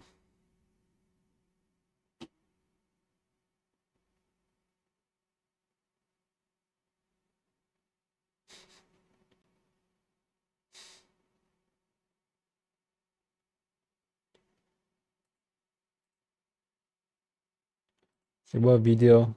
Any good videos? What's the one you wanted? The Street Fighter clone. Uh, the Street Fighter clone that became an anime fighter. Solid, you should have been here last stream. Adam unknowingly recommended a sufferance video. I almost had to ban him. I should see.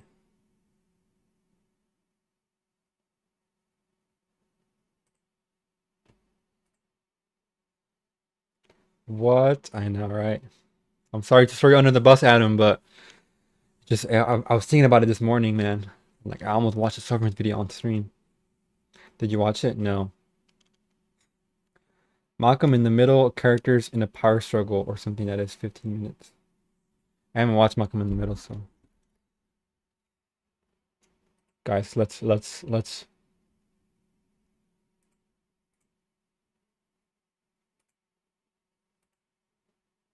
reply to this guy.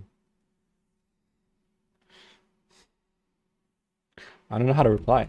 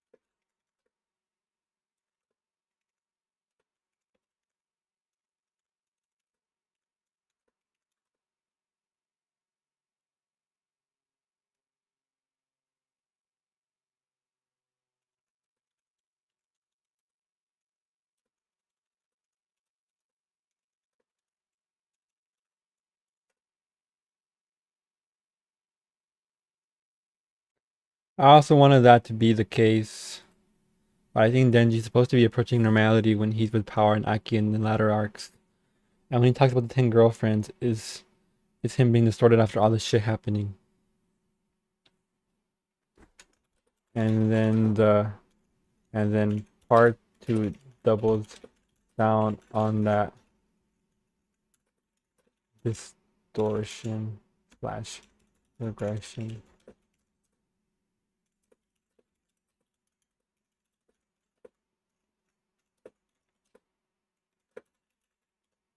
None.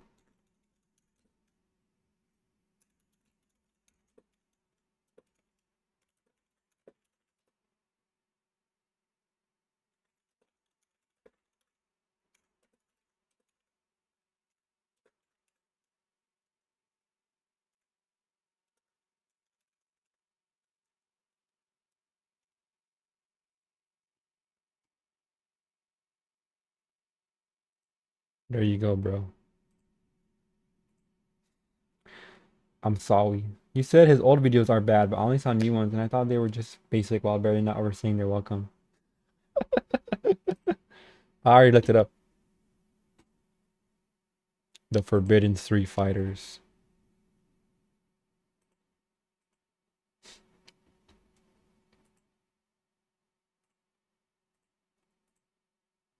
Well, his older videos are just as basic, and somehow, I don't know, man. Like, I always have trouble talking about his videos because I always zone out when I watch them. I get flabbergasted at how little he says with so much, and then all of a sudden 5 minutes pass by, and I'm like, oh shit. Can you guys hear the echo?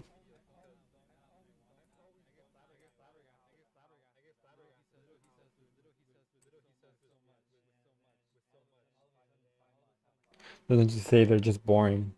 Yeah, he'll be like what like chapter 170 of Chainsaw Man just changed everything, and he'll be like, in this chapter, something happened that will change so much. Like, my opinion on this is that we might be seeing something, a new front being explored by Chainsaw Man.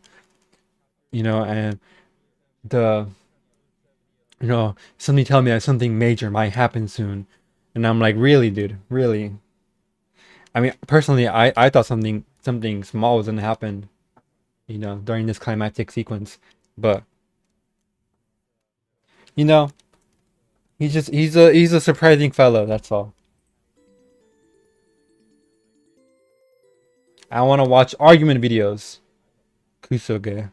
There were about 150 games released on the Neo Geo MVS arcade hardware over the course Yeah, that sounds about right from the videos I saw, but I thought not as of a badly. 15-year run. It was really bad. Many of those games were I also hate his editing style of just having the stimulating background in the background. I mean, the stimulating background wallpaper. fighting games, which I think is a pretty good ratio. I mean, if it was up to me, there would have been more. But beyond the SNK developed King of Fighters and Samurai Showdowns, exist fighting games made by other developers that don't really get their Like, he's a hack.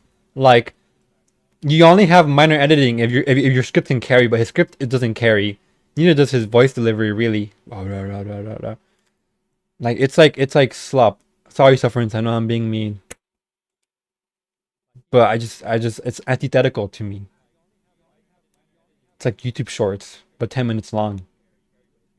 time to shine. So today I want to talk about the fighters made by Alpha Denti Corp, better known as ADK, as they were one of the closest partners to Mega SNK Man. during the Neo Geo era. Like, I really appreciate that he doesn't just repeat stuff constantly in the vid, because I saw too many vids do that. In the next chapter, something will happen. Characters will talk, and there will be teams. Blew my mind as a kid, and is Can you one of make my the vid a earliest little louder? PlayStation memories. So I can only imagine how this was in the arcades. But most importantly, ADK also made some great fighting games for the Neo Geo, with World Heroes being their first and most famous. Of all the early fighting games that got hit with the Street Fighter clone moniker, World Heroes This video not as loud as it could be.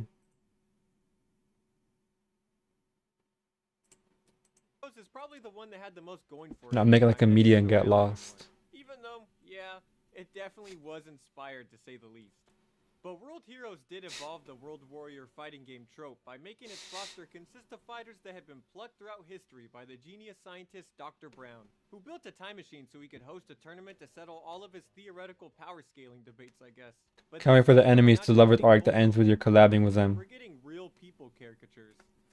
So we got That's a hopeful way to see it. historical and folklore representation like the samurai Hanzo Hattori and the Awfully optimistic of you, Adam. but we also have Mongol conqueror Genghis Khan, a straight up anime Chinggis Khan. Mark, and a Nazi robot JoJo reference, which is somehow not the craziest inclusion to me, even though it absolutely should be. Cause wow, Rasputin is here. That's a wild pick for a fighting game. So I can only imagine what crazy historical figure got picked to represent America. Okay, never mind. We got Hulk Hogan. I guess Grappler Lincoln was busy or something. Oh, and legally distinct Bruce Lee is here too, I guess. Like, at least Masked Man is better, cause he'll say his thesis in his older videos. His newer videos aren't bad. In his older videos, he would say his thesis, and then go into sufferance mode, and then just start talking about nothing and generalities. And the most annoying part is when they just talk about their opinion, like, this is one of the best. I would now put it as one of the best seinen manga, and like my top 5 seinen manga. But I still don't think it's as good as Naruto. And I'm like, good to know, dude. Good to know. You guys really can't hear that echo. It's so loud to me. beating out both Fei Long and Liu Kang in the Bruce Lee inspired fighter department. This cast is Street Fighter pushed to its absolute absurdity, while still being Well, familiar. the animation And I though. think that combo let it stand out in the sea of fighting games flooding the arcades back in the day.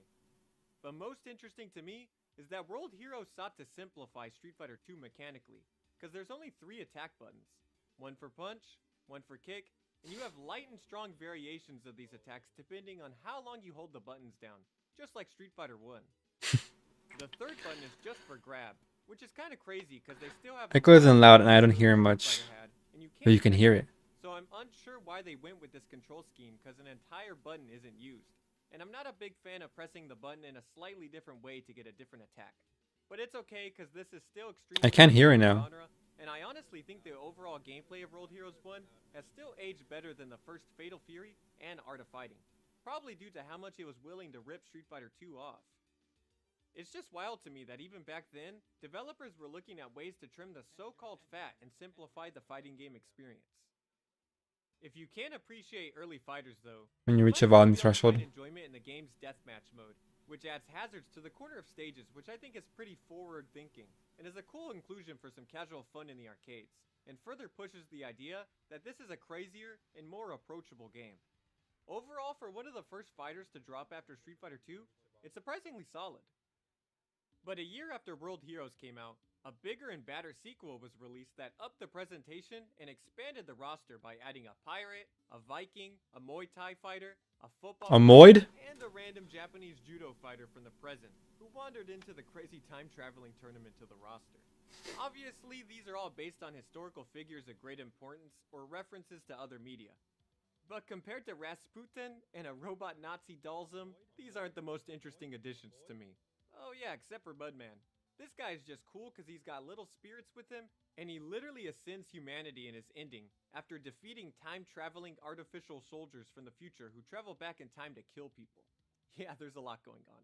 But gameplay-wise, World Heroes 2 Have has you made read the Yawara? games Yawara? better. Characters No. got new moves, the game is a little bit faster, the jumps are way less floaty, and there's even a new mechanic where you can What reflect is that? projectiles by blocking at the very last second, which is a really cool and intuitive mechanic to have so early in the genre. Oh, The deathmatch oh, this also got one. an overhaul because both players now share a life bar and have to battle tug of war style. The new deathmatch stages I was interested in it, but then I heard that it's a little milk toast. are more varied with their hazards too, and even the lengths of the stage differ from each other, which I think is super interesting. Again, World Heroes offered a casual fighting game experience with this mode that simply didn't exist in other arcade fighters, so I commend them for it. Hold on. I know what's wrong.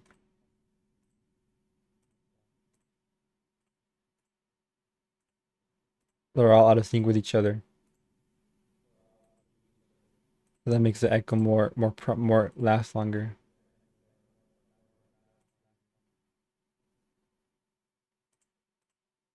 Even though they got rid of it in the very next update.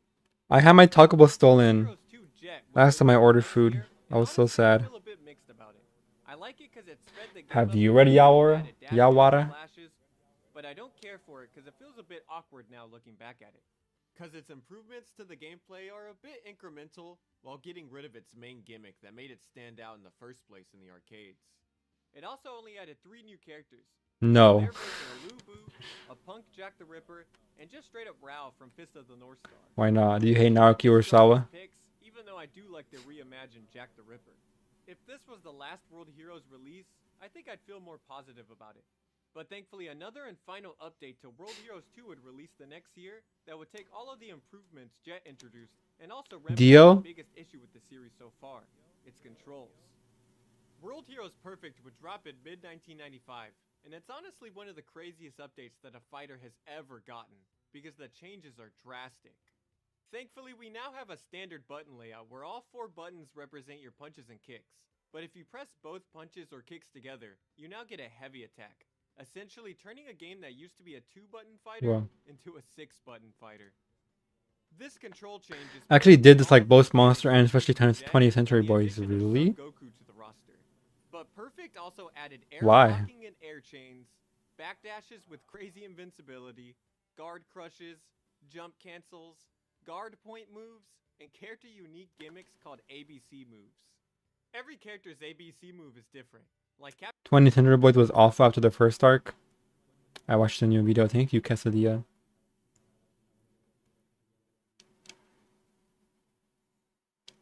I don't like when Nakurosawa, for lack of a better word, tries to aura farm.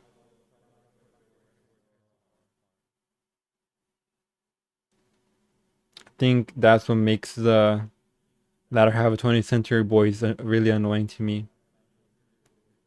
Although I do like most of it. And the sequel ending. Monster though. I think Johan's really fucking pop. I think Johan is that cool. He is that good. And I really like the side characters. I watched the anime. The anime is like fine, but has a really, really fucking good soundtrack and sense of pacing. Captain Kid gets a new command dash he can cancel moves into, while Johnny can catch and throw back projectiles. But some ABC moves are super crazy. Rasputin shrinks the opponent and removes their special moves for a bit with his, while Brocken's Rip I left a Second comment. Crusher is now a control.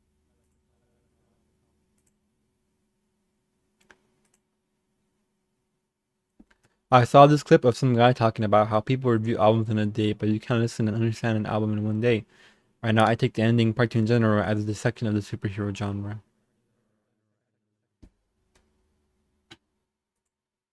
I know who made that comment. I read them like 4 years ago, but I remember both are very stretched out and the stories are incredibly contrived. Contrived?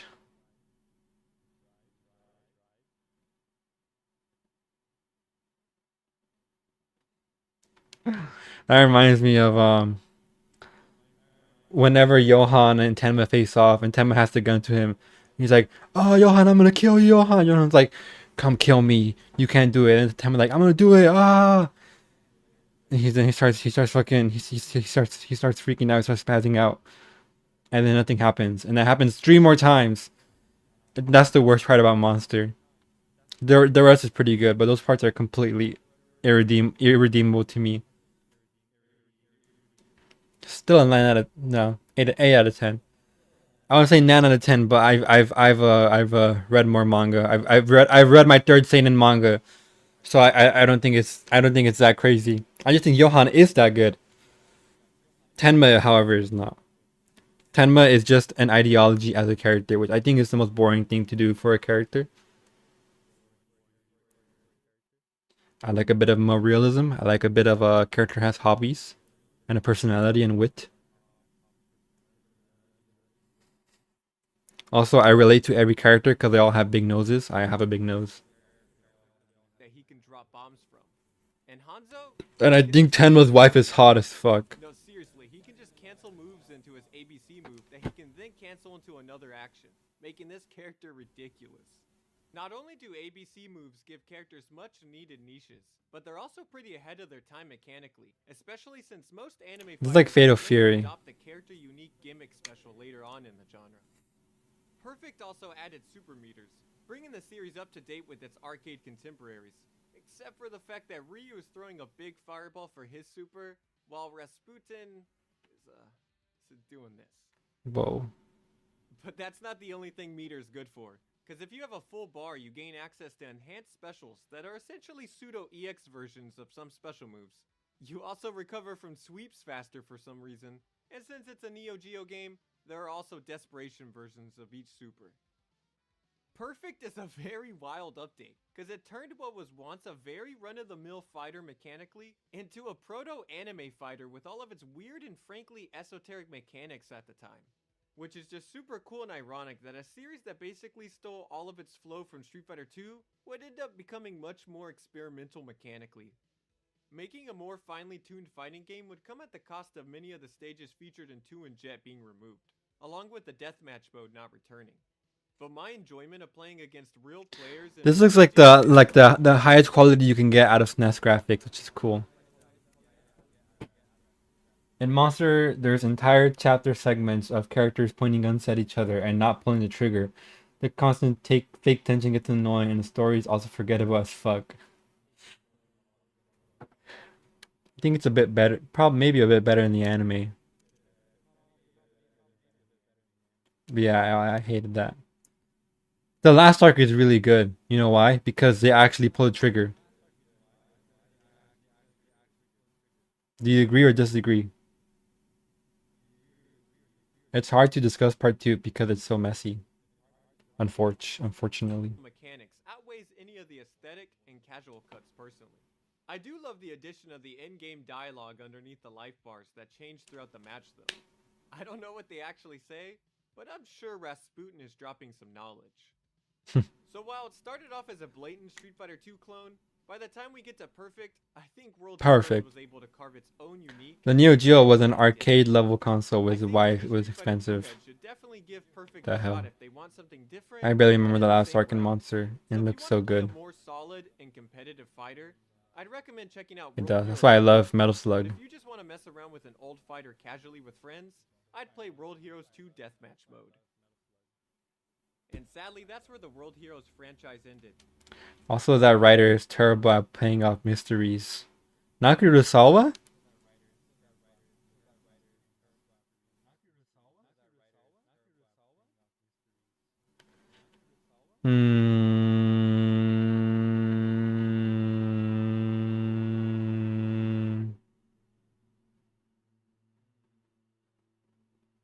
I disagree. At least for Monster. I don't remember 21st Century Boys that well. But the reveal of Johann being the fucking secret Russian soldier, whatever.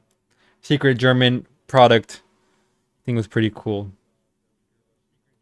The reveal. Looking back, the red herring of Johann has two personalities was fucking stupid. It was lame. I didn't like it. I'm glad that it didn't happen. But it shouldn't have even been mentioned. It was stupid.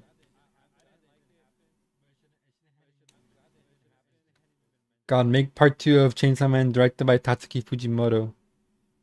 Share. Awful. There's being 3 friends. It's the dumbest thing ever. Oh yeah. Forgot about that. What's his motivation for hyper genocide? He just wanted to be friends with the MC. What? I don't remember 20th Century Boys.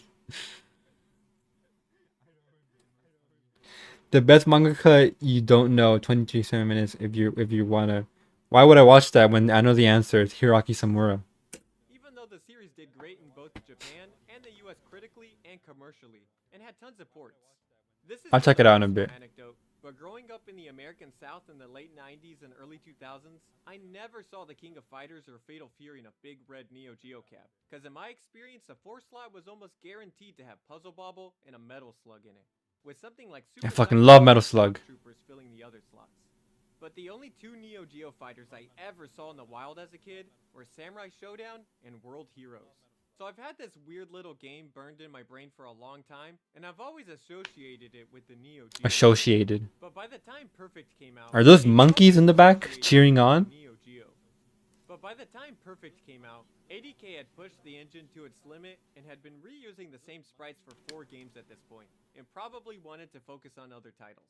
And if I'm being honest, I think the wacky time-traveling gimmick that helped World Heroes stand out when it was released would have also probably start to hurt it as the genre progressed, as I don't think these goofy dudes really had the staying power to carry their own franchise into the 2000s. The ADK World Fan Disc released onto the Neo Geo CD did show us some other characters they were potentially looking to introduce into the series though, like Napoleon, Billy the Kid, and Al Capone, So it is sad we didn't And get to see me. a mobster get isekai'd into a fighter to show off his Scarface zoning. But spoiler alert, 80K would eventually go bankrupt and get bought out by SNK Playmore. So we would see World Heroes characters show up in other games, most notably Neo Geo Battle Coliseum, which had Hanzo, Fuma, Mudman, Mudman. and the series villain Neo Dio, who all look amazing. Neo It's somewhat Dio. jarring seeing these characters in a non-cartoonish fashion, but they fit right into the SNK family proper, goofy spins and all. Jeanne d'Arc would also make an appearance in SNK Heroines. But man, all these inclusions do is make me really want a World Heroes team in King of Fighters. SNK, I need to see Rasputin short hopping with his harem. Anyways, let's go ahead and talk about 80K's other lesser known fighters, cause when the hell else am I gonna be able to? Between the release of World Heroes 2 and Jet, 80K released Aggressors of Dark Combat, which is a horrible name saved by the fact that they obviously just really Aggressors wanted of Dark to Combat. acronym for the title. But seriously, how are there two fighting games that spelled combat with a K? This fighter is interesting because it's essentially a 1v1 It's beat 'em up. Sean. You can move freely on the X and Y axis of the stage, but it It's still has Tekken. combos and motion input specials. Been seeing some hate lately, which is nice. Specifically against JJ Jax, Nichols Light, and the annoying and woke goober. What the hell are you talking about, dude? On than I thought. This game has reverse throw techs, OTGs, weapon pickups, critical hits, and even Oh, insane shit. supers that are unblockable and kill you instantly. Like this kid Bobby doing Vegeta Key Blast spam with basketballs, and girl Kasara killing you with NTR. 80K sure knows how to make a super. This kind of beast mode. Jesus, what the fuck are you talking about, Jesse? Health every time you land an attack, so comebacks are totally possible. Genuinely, I was pretty impressed with my time playing this game because I went into it with pretty low expectations, because it always looked generic to me, and I thought I wouldn't like the beat 'em up deviation from the standard 1v1 fighter. But Yo, what the hell is he's bouncing on his butt? Experiment that came pretty early in the genre. I just think its presentation and characters weren't really interesting enough to make it stand out in the arcades. Except for the fact that Fuma from World Heroes is here too for some reason. So this has got to be one of the first guest characters in a fighter. And he's also super strong.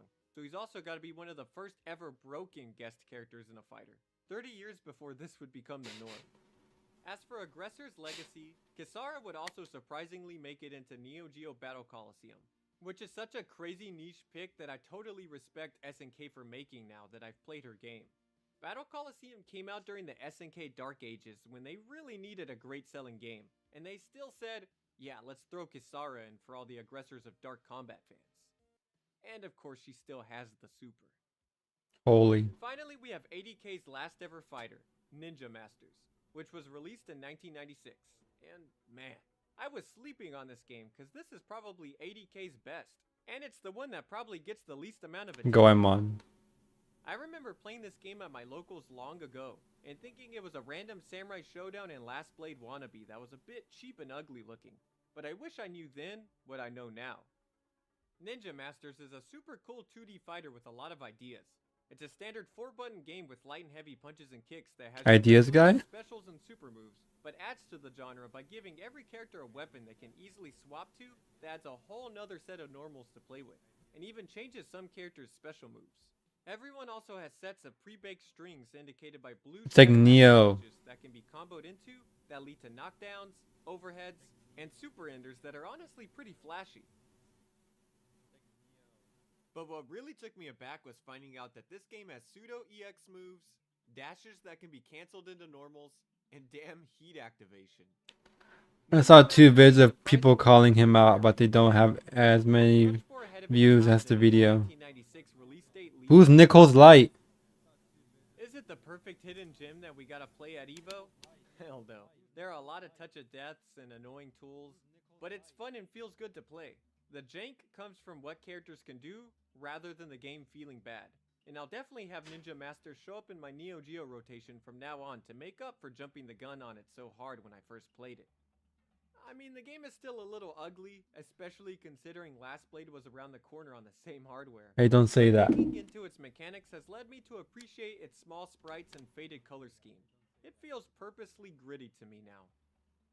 Sadly though, unlike World Heroes and Aggressors of Dark Combat, none of these characters would ever make it into another fighter. Which is a pretty big shame, as many of them are pretty interesting mechanically, even if they are based on common Japanese folklore and history. I still gotta respect the Kasara pick, but it is wild she reappeared before any of these guys. I'd personally love to see Karasu show up in a Samurai Showdown game at some point, cause he can materialize a sword from goop, shoot crows out of his chest, and he just looks creepy. I love it. And while ADK did go bankrupt, they still stuck around for a few years after Ninja Masters, but never dropped another fighting game, which is a big shame. Because compared to most companies throwing a million fighting game darts at the wall in the 90s, I think they had a surprise. This morning I saw this guy calling out anime YouTubers. He mentioned Nicholas Light, which wasn't fun because he's annoying. Classic PvP shmup Twinkle Star Sprites, which I'll definitely have to talk about in a fighting game shmup video at some point. Shmup. But ADK's legacy is mostly tied to cameo appearances and game collections post SNK buyout, which ultimately makes sense. These are definitely cool games, but were of their time. I would love to see more World Heroes, but through ports or as a potential team in a future King of Fighters, and not necessarily a new game or anything. I just think it's important to recognize that a lot of these games that I think are now easy to write off had a lot of cool ideas, and I have a newfound respect. Who is Nicholas Light? That's what I'm talking about. Because I think their fighters still hold up, and I didn't go into this video expecting that at all. Now, if you'll excuse me, I feel like I've heard that name before. Super comp.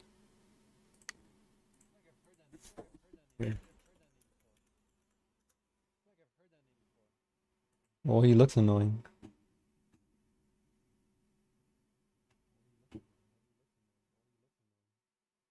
Spotify. Oh shit! I'm flying with someone to Insult Rage now.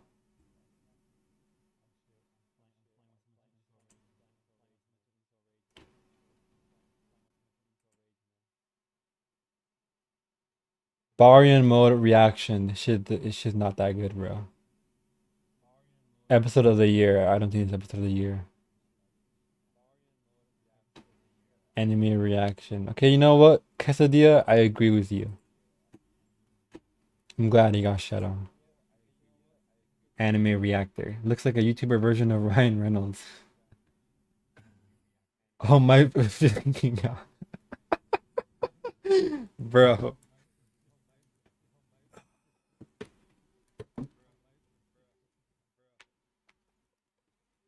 You know what the worst type of react content is? It's the people reacting to openings and endings of anime that they haven't watched. Watch the Barry and mode reaction. That's insane, OMG.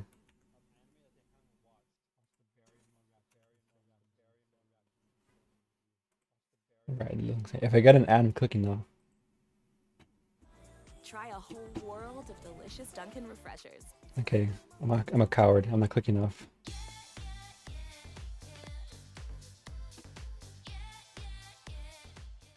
I heard today's gonna be ass. Now why would you want to do that, Boruto? Something cool's about to happen. You want to take it away from us? Look at these three. This is the big three right here. I didn't know Boruto had such interesting color direction. Oh, there we go. We're due for an episode like this. It's been a while. Bro, is it gonna fully develop right now because everybody's here? I don't know. He's breastless. They're just gonna go ahead and do it. More than we know. Hands off my son. Yo, look at that coughing animation. Wait a minute. Oh, this is one of those episodes. For sure. That coughing animation was way too detailed. God, look at those toes. I can't do it. The fucking laugh.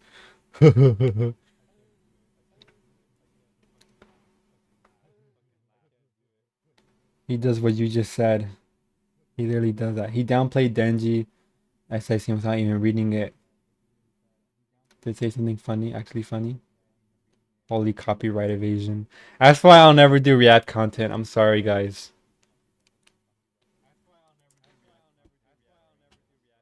I'm not putting that bullshit. I'm not doing the humiliation ritual.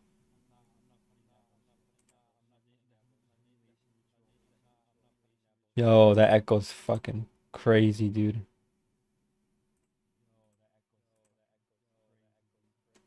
Why can't I? compilation videos. It feels much more ahead of its time than its 1996 release date leads on.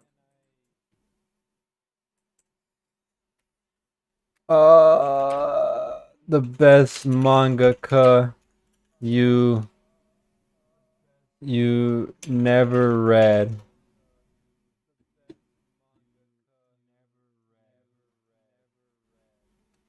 Well, isn't that fitting?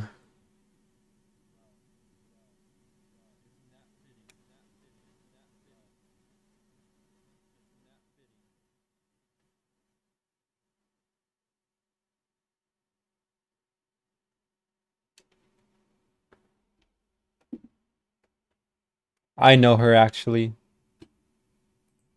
When you think of the greatest Oh, this mangaka YouTuber. of all time, who comes to mind? Maybe your first thought would be the godfather of manga, Osamu Tezuka. Nope. Possibly storytelling visionary Naoki Urasawa would Nope. pop up next. You may even think of the multi-talented icon Rumiko Takahashi. Nope. However, none of these would be my answer. My own answer would be an artist who few in the English-speaking manga community would even know. The mangaka that comes to mind for me is walking amongst us right now, and is one of the most innovative and creatively interesting storytellers in manga. You see the One Piece news? The Wit Studio one? Hope didn't need to see the vid. Don't need to see the vid then.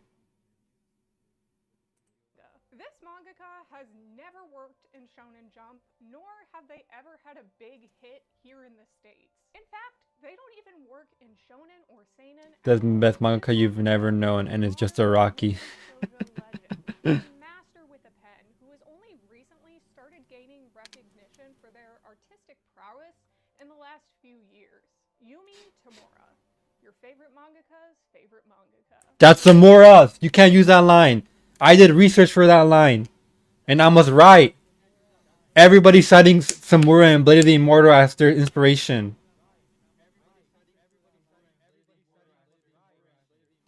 Thank you, Echoes. Tamura is an artist. Can you make the vid louder?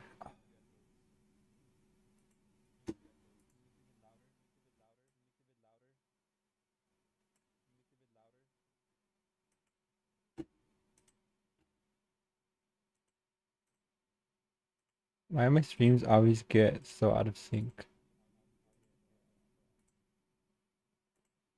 Where's my fucking food at? Artist that I bring up time and again on this channel as one of the best mangaka to put ink to a page. Her delicate and dynamic artistry makes her stand out from the rest. She can seamlessly blend all kinds of genres together, mix motifs, and make U.S. Bank Business Banking gives you Completely unheard of. tailored solutions that work together to reward you more. Because we believe the most rewarding wins take a team effort. One of those. You'll get there someday. Your business and U.S. Bank together. That's the power of us.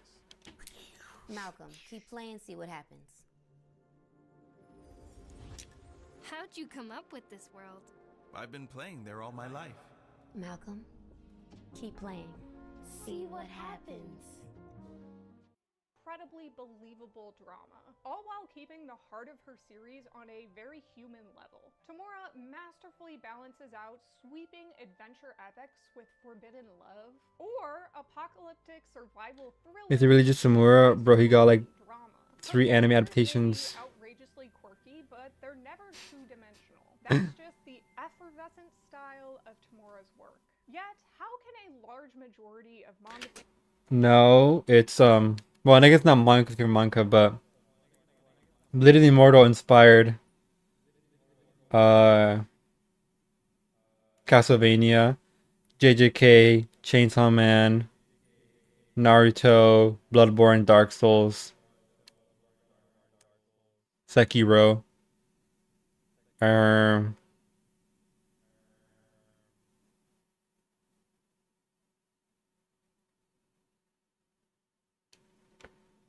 There's another action manga.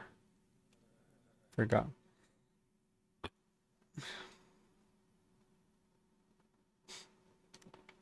What are some of your favorite pagan gods? And never Bro, find his new understood favorite word. Yumi Tamura, if she's not only an icon to me, but selling millions upon millions of copies of her series over in Japan.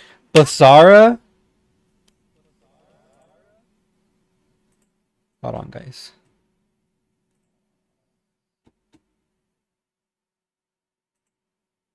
I have that on my plan to read.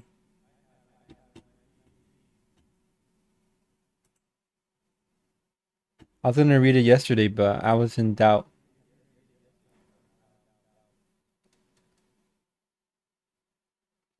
Cause it's one of those like it's like fucking it's like Yona of the Dawn.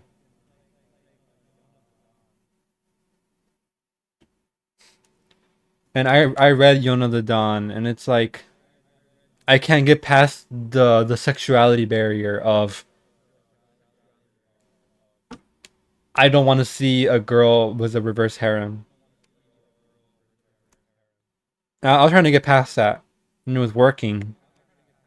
And then the problem came with the fact that the manga was like a 7 or 8 out of 10. And I'm like, this is a fucking 300-page manga. Okay.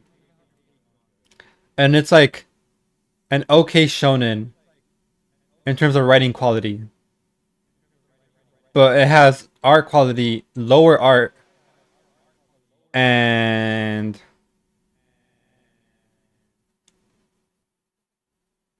it doesn't play to my preferences because you know, I'm a guy, unfortunately. Me with One Piece, but I still read it.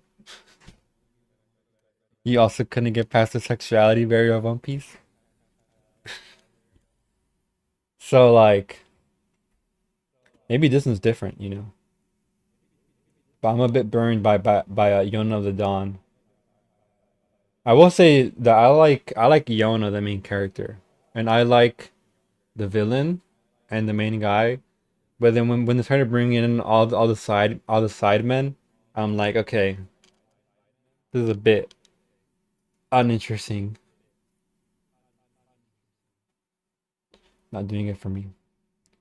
No, it's a 6 or 7 out of 10 manga, but it has 1,000 chapters. And I read them all. I can't. I don't have time for that, bro. I don't have time to decide. I don't have time to read bull. Life's too short to read bullshit. But selling millions upon millions of copies of her series over in Japan. How has she never come up in an international manga fans list for generational back-to-back releases? Why has no one heard of Yumi Tamura? The mean answer is that Americans have no taste. We are the white family's roast chicken meal of the manga publishing world. The real answer is that Tamura never really got her chance to shine here. First, due to her lack of visibility in works published, but also because of anime adaptations never quite hit. Tamura, Q Hayashida, maybe Takehiko Inoue. I haven't read enough of the works. I like Slam Dunk and what I remember of Vagabond. Although I personally wouldn't put him there because I can't. What's the other guy? Just for Blam, I'm putting Nihei in there. Even I also like Tower Dungeon. Blam is a generational work. Okay. It's like manga at its finest. Vagabonds have no enemies.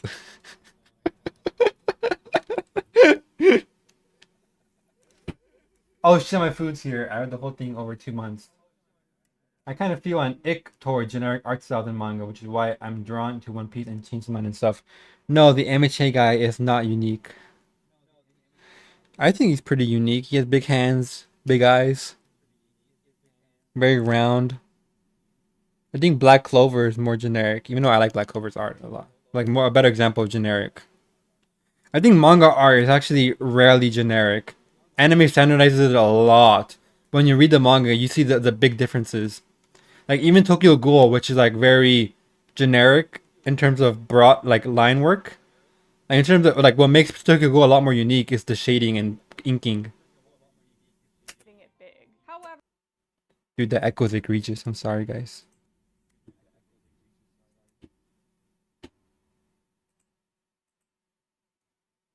Here, goodbye, bots. Oh, I'll keep some of you active. I'm gonna get my food, guys. Hold on. Please talk amongst yourselves, or even better, fight amongst yourselves. That shit was funny.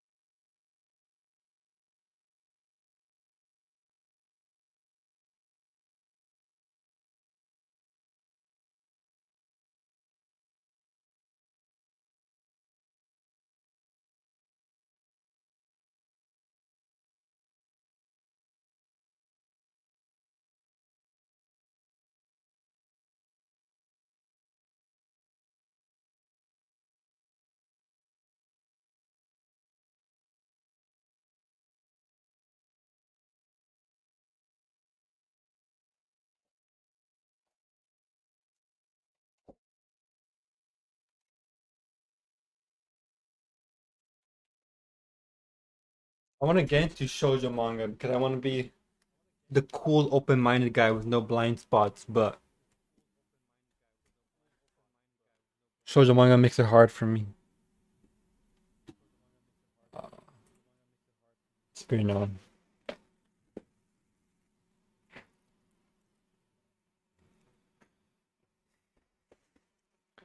I read the whole thing over 2 months.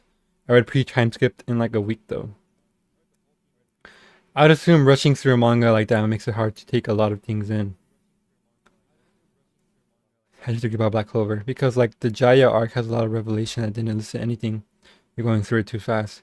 And I really mean manga art styles. I browse on manga shops, and every time I look into any volume, they all look kind of the same.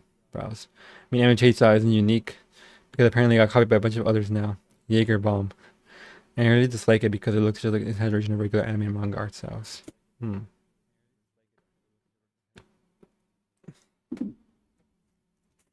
I think it's very detailed for a weekly though. I think it's impressive. I think in terms of sheer impressiveness for the weekly, I think not gay what's his fucking name? Black Clover and My Hero were the most impressive.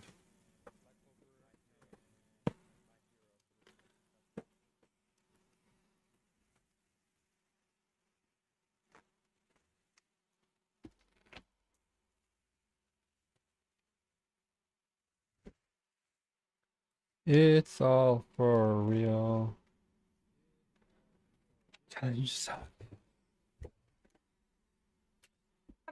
just because she never got her flowers doesn't mean she doesn't deserve them. I mean, when the third searched word behind her name is genius, then clearly we're missing something here that Japan isn't. After years of trying and failing to bring Tamura into the limelight for English speakers, the manga publishing industry may have all but given up on this once-in-a-lifetime talent. But not me. I'm scrappy. And I have a YouTube channel. Yumi Tamura is one of the best mangaka you have never heard of, and here is why we need more of her works in the States. Born in the late 60s, Tamura has always had a love for manga. She has cited reading both shonen and shoujo manga voraciously growing up, and being particularly struck by a series called Hamidashiko by Jun Mihara. A What the series hell? that definitely inspired many of her works, mixing Yo, the tragedy art with though. her cutesy artwork. Her love for reading manga soon turned into creating it too. So, in junior high school, Tamura, ever the rebel that she is, decided to create a secret manga club since schools at the time still looked down on this medium. She gathered friends Really? from all different school systems to come together and create manga. Japan thought manga was problematic This is where medias? Tamura credits her biggest inspirations for continuing to get better. She had a friend in the club that was so good at drawing that she was only more determined to work harder. Well, that and the fact that she had a sexist art teacher who told her that it didn't matter whether she became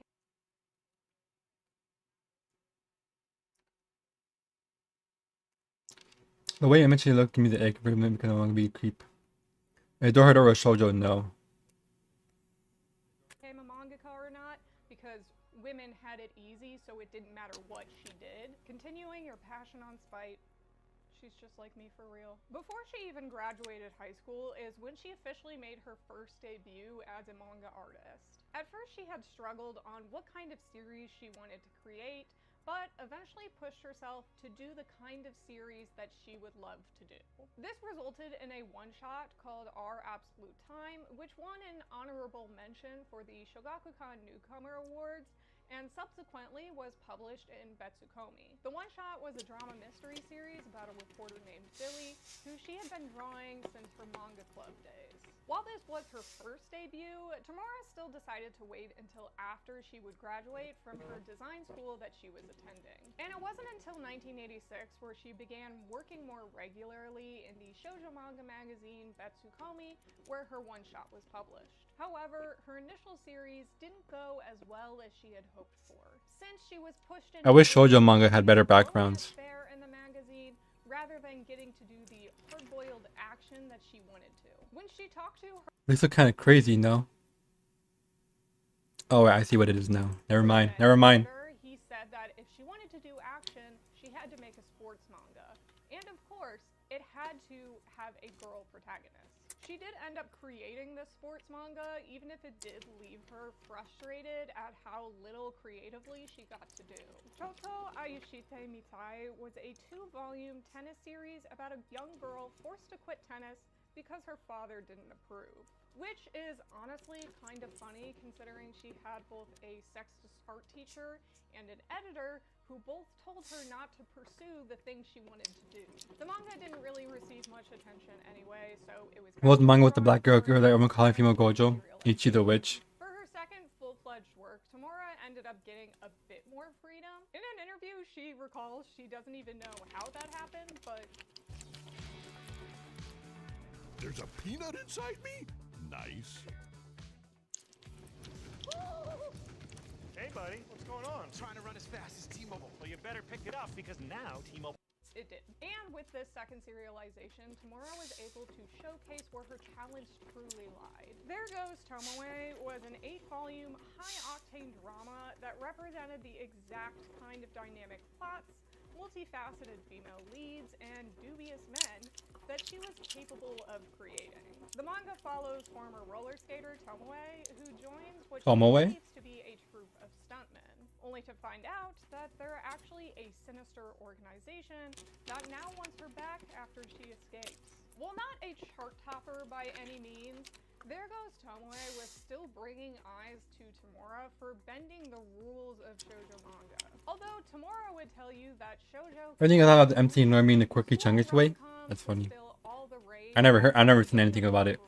Action shoujo isn't unheard of by any means. Banana Fish was literally currently ongoing in the magazine that Tamura was publishing in. But at the same time, action in shoujo wasn't popular. So There Goes Tomoe being an action series in a shoujo magazine felt that much more defiant at the time. This manga was also emblematic of Tamura's rough and tough shoujo girls who were allowed to have emotions. Spunky, yet still kind. Tamura started creating female characters in shoujo that were just as complex as girls are in real life. Not afraid to make them confused or scared while still running headfirst into the dilemmas that they're encountering, which in turn helped Tamura stand out from the crowd of passive shoujo characters that were popular. In a way, Tamura did kind of take this typical shoujo girl who's bright-eyed and sweet, but gave her a drive and purpose outside of a romance.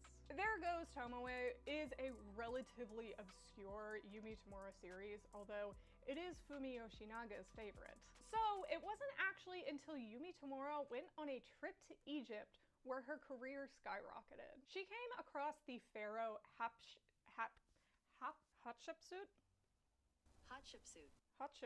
a woman who wore traditional male. No, she did the video essayist. I'm sorry. I'm sorry for butchering this. Have you seen that tweet?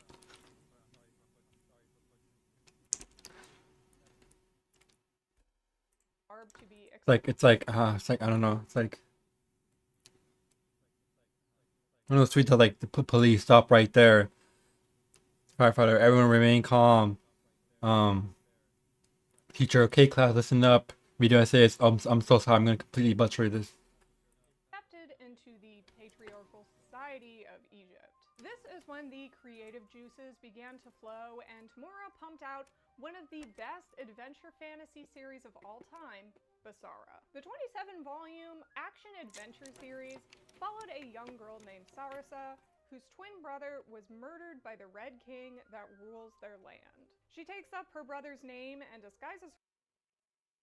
Like he behaves how a neurotypical would imagine a generic autist to write, and that annoys me. What?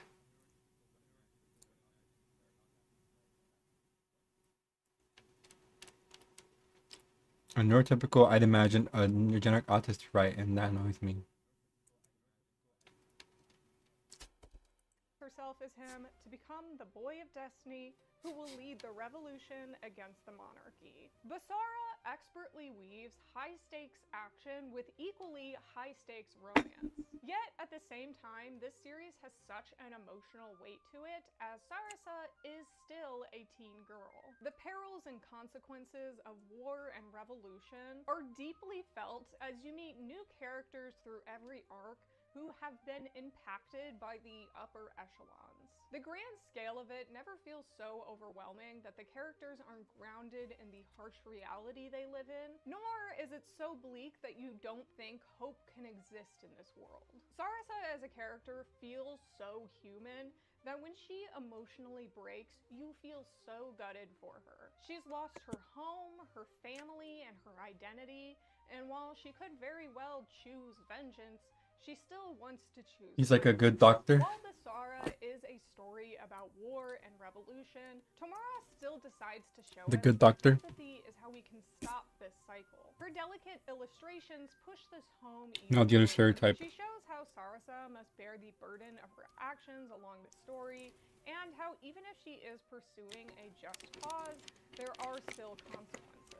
This manga is also where Yumi Tamura really gets to show us her eclectic sense of storytelling. You get a bit of a taste of it in There Goes Tomoe and some of other Yumi Tamura's short stories before Basara, but this one never shies away from an over-the-top moment. One of Sarasa's first missions is retrieving her brother's sword from a completely surrounded stadium. To do so, she straps herself under a cow and has a stampede of them run through so she doesn't stick out. An idea like this would seem so outrageous in and outside of this work, but Tamura's propensity for chaos just makes it seem so normal. Basara was beloved by both fans and manga critics alike in Japan. It became Tamura's first long-running series, got a 13-episode anime adaptation, and sold 15 million copies throughout its 8-year run. Not even a few years into this series run, she also won her first ever Shogakukan Manga Award for it as Oh well. shit, This Shogakukan. was truly the manga turning point for Tamura and allowed her to create whatever she wanted to in the future. But this is unfortunately the opposite for the American audience, who ended up getting Basara a few years after it wrapped. I started a Ooh. business to give old clothes a new life. You're talking about This Khadija. has supported me from the beginning. At least SafeLight can come to you for free. They can come to me for free? That's right. SafeLight can come. In America, the first introduction we got to Yumi Tamura was actually 2 short serializations that she created after Basara. A 2-volume story called Chicago Mention, and a 1-shot volume called Wildcom. These were both published by Viz in 2001 and 2002 respectively. I guess they both did okay enough for Viz that they also decided to license Basara, which came out in 2003.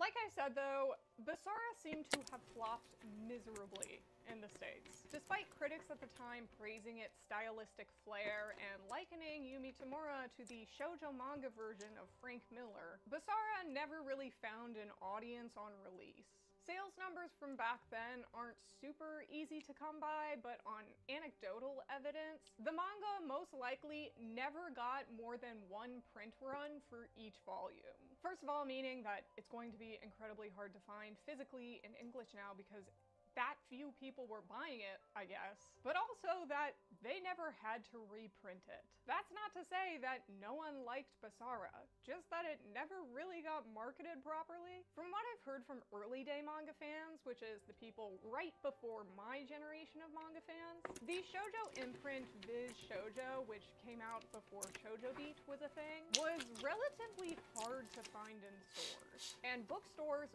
were, and still pretty much are, pivotal for shoujo manga sales. Tokyo Pop had really revolutionized how manga was sold in bookstores. How is he like autistic? By, marketing to the Or stereotypically autistic? of girls by selling manga in mall bookstores like Borders, Walden's, Barnes & Noble now. Meaning, at this time, manga had to be there and it had to be visible. Outside of Fushigi Yugi though, Viz shoujo titles like Basara weren't really on shelves. Which means the exact audience that would be buying this series wouldn't be finding it. Because it did so poorly sales-wise, when Basara wrapped up in 2008, Tamura was no longer seen as viable in the States.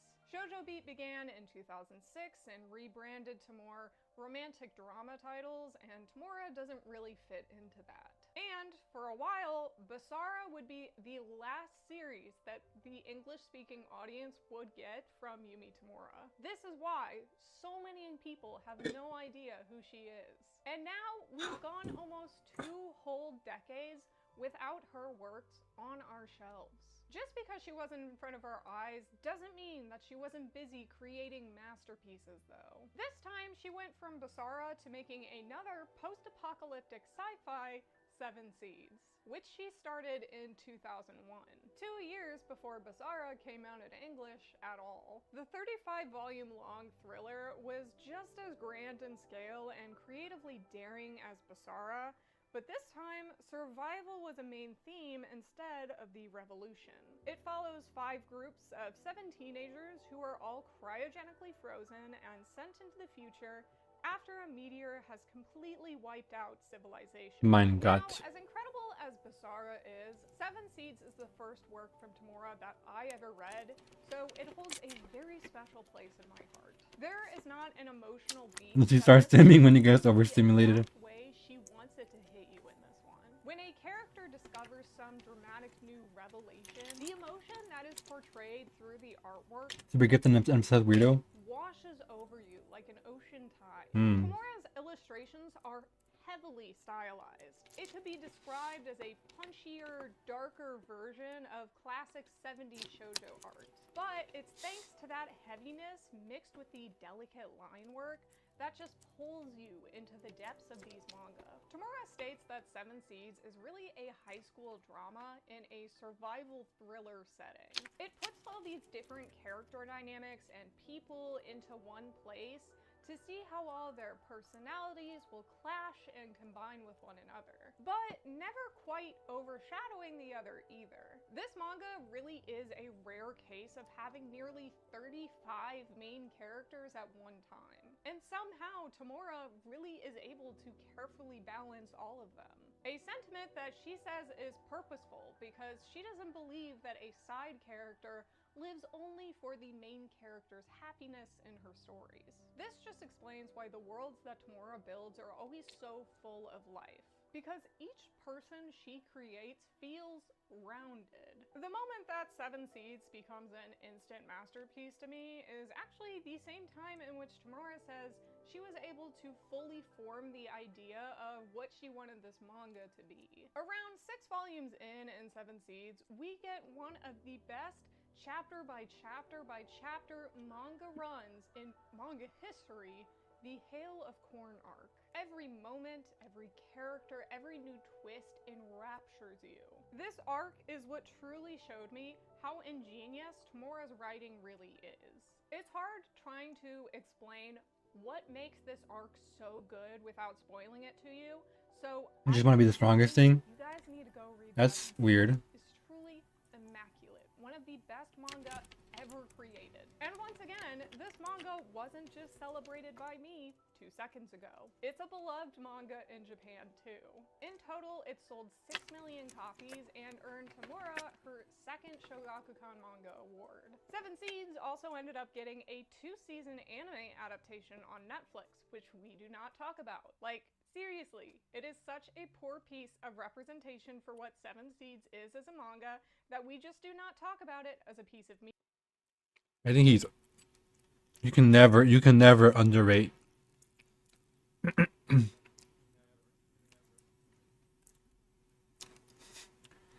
Apparently the mangaka made him that way to make him different. You talking about me, Solius? The editor? Hey, Greg, I'm back, bro. Down. Hop on for it. No. I mean,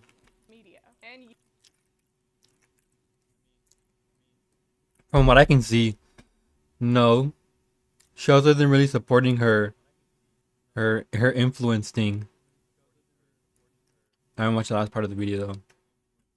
I am interested in reading Basara. And hopefully it's not Yona the Dawn. Where is it? This one she mentioned though.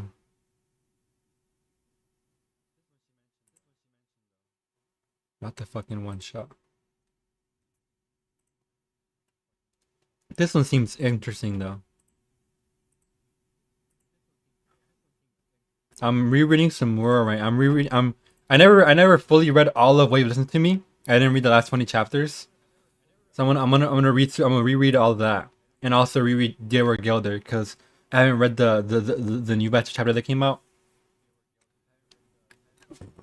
She seems good. But I'll make the judge of that. Like I said, I want to be the open-minded YouTuber manga guy that reads shoujo manga too. But it's hard because a lot of shoujo manga does not have great art. Not very detailed art, at least. Like the character designs tend to be fine. The background tends to be annoying. Or not there. They're all very serviceable. Whereas I feel like shoujo manga art is really trying to, you know, put like make you notice. Make you notice. It's like rather like I don't really see a lot of shoujo manga do creative paneling. Just read Princess whatever her name and you're a shoujo expert. Princess Jellyfish?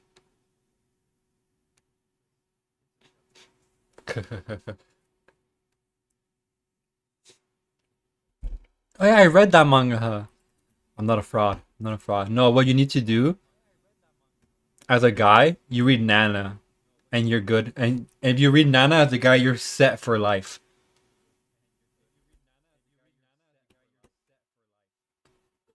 The black sad looking girl was apparently the centerpiece in the creation of the manga. Wish she was the MC because what I see her is interesting, but the MC turned me off too much. I can't remember what it's called. I read Nana. What did you think? Was it too melodramatic for you? You should too. God, wouldn't it be so cool if got an anime adaptation.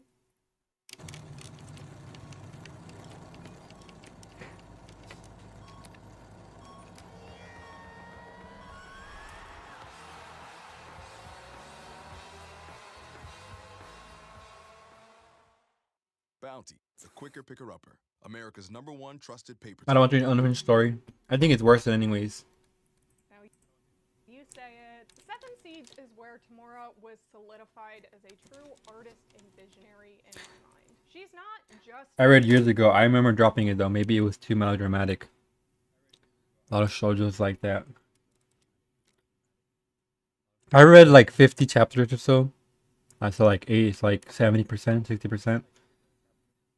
I really like the two nanas. And a lot of the male side characters. I thought that a lot of the side relationships were interesting. But the nanas turn into the brown hair nana, Hachi's turn into like just trying to be, what's it called? Like a really submissive housewife type to Takumi. Was like, I get what you're doing, and it's frustrating, and I'm glad it makes an emotion in me, but I don't think all that frustration is purely from good, quote unquote, good writing, so to speak. But I really like how the other Nana reacts to Hachi doing that. That's what sold it for me. I also like the art style. Sometimes it looks a little ugly because the backgrounds. I think it's at the best when the characters are well rendered and the backgrounds have like a lot of inking in them. So it's like a picture of a bar that gets muddled through like her filter, whatever she does for the backgrounds. But when it's just like daylight and like you see nothing out in the skies, I don't like that. And I don't think it's supposed to make it feel dreamy. Maybe it is. Kind of like this.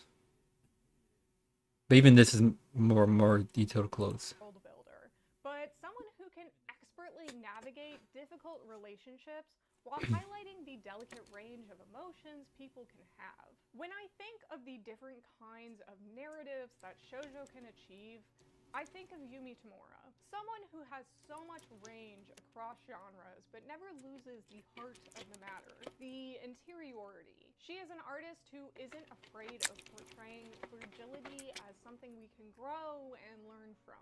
That strength can be within us at all times, no matter who you are. Tamura is also a mangaka that isn't afraid to subvert expectations. Oh. When you zig, she zags.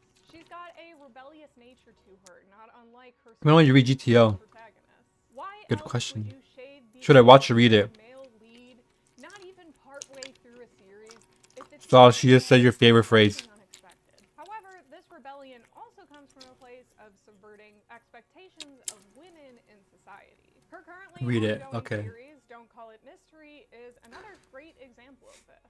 A murder mystery manga that's Let's see. I'm gonna reread some Mura stuff, so probably after. waxing philosophical to the audience, with the main character Totono as a pseudo stand-in to convey Tamura's own musings. My subversions expected. In this manga, she significantly subdues the more atmospheric art style to let the dialogue really shine, making it more reminiscent of a stage play in manga form, more so than a locked room mystery a la Sherlock Holmes. The more approachable, simple art style paired with the more intellectual storytelling really made Don't Call It Mystery her biggest hit. With only 13 volumes, the sales for this series currently sits at 19 million copies in total. It's also received accolades.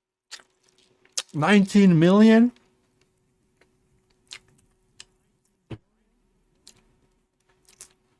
Look, I get it.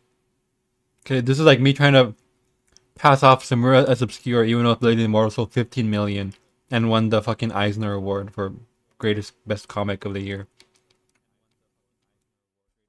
And has 2 animes. And a film by one of Japan's biggest directors.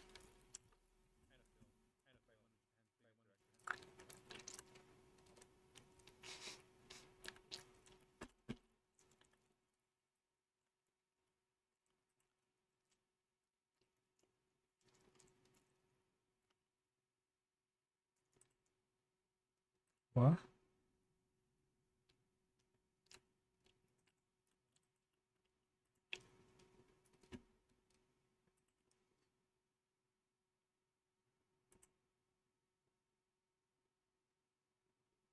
I watched this video. Yo, who commented on my shit? Oh.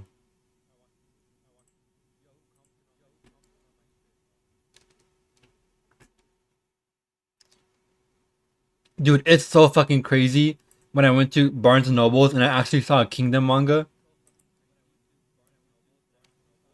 This is the type of shit that we thought was never gonna happen, bro.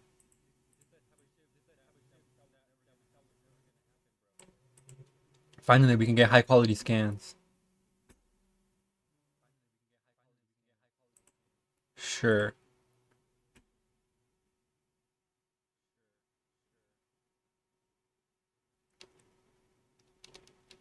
France's secret manga.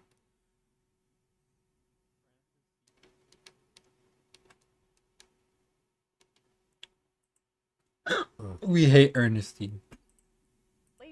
Such as the Manga Taisho Award, another Shogakukan Manga Award. Dude, I dropped Kingdom at like chapter 500. Adaptation that has only earned it more and more praise and Why? more people looking to read it. Because of this, Tamura has only been more recognized. Bro, didn't stick with it. Immune to Gambler's Fallacy. It's the most repetitive thing I've ever read. Get the universal praise that she absolutely deserves.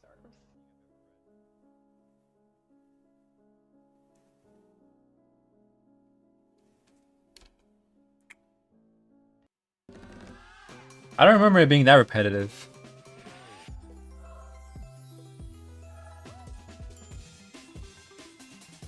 For Alzheimer's patients.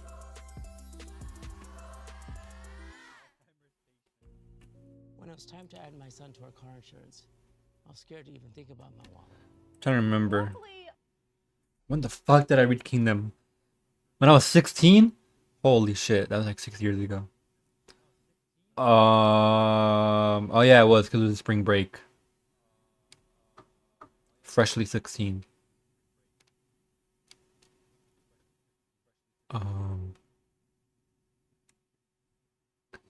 Let's see. Shin. The only thing I thought was repetitive was the combat.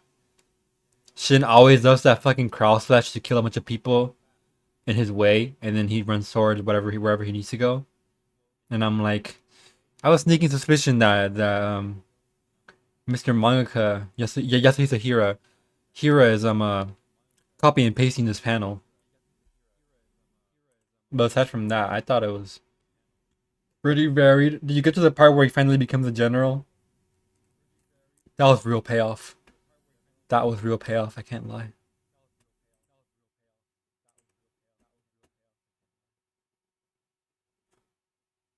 Why?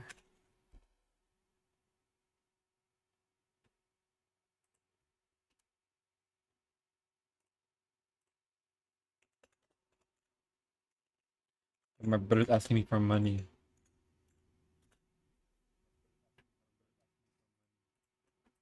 Americans can finally see her talents again too. I'm tired of this echo.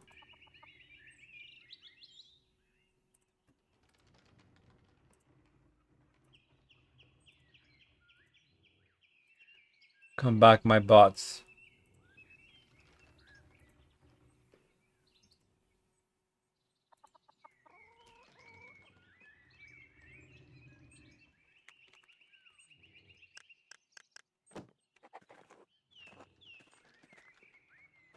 Meek lousy parts. Where one was supposed to go? The Baron's man, Miklau, has departed for Innsbruck to request the presence of the most Reverend Jacob Essler, Archdeacon of Riesing. He will be gathering evidence about the murder and intrigating us.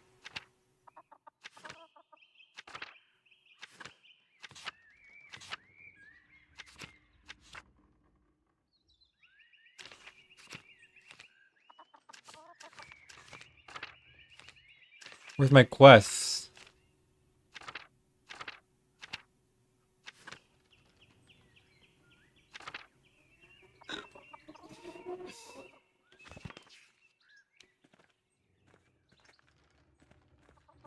I'm gonna go to the autopsy because we're men.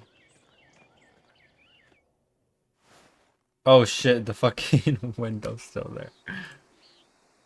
Guys. Guys, it's my first time on planet Earth, guys.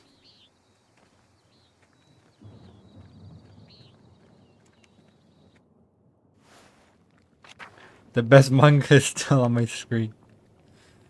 Samura? Question mark? What's your top 5 mangas? I remember I asked you like 3 years ago. I don't remember what it was. No, the window was cool. You definitely had a no way up there. Mine's still pretty unchanged. Kihayashida, Samura,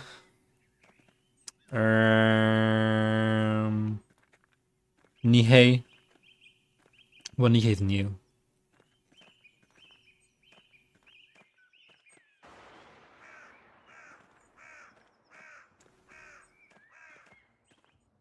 Why?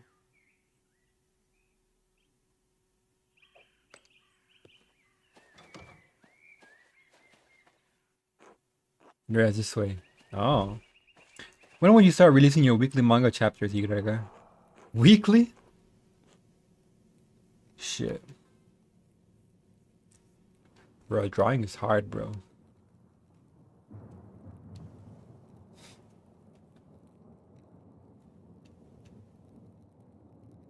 But I'm getting farther into what I want the story to be like. All fun and dandy.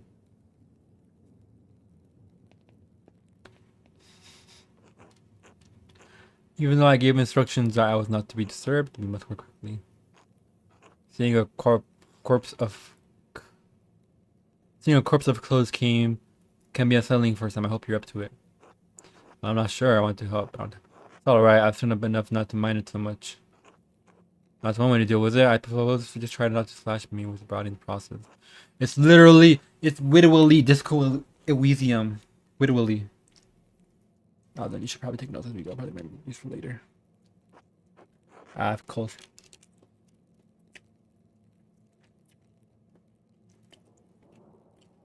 I didn't even finish my food.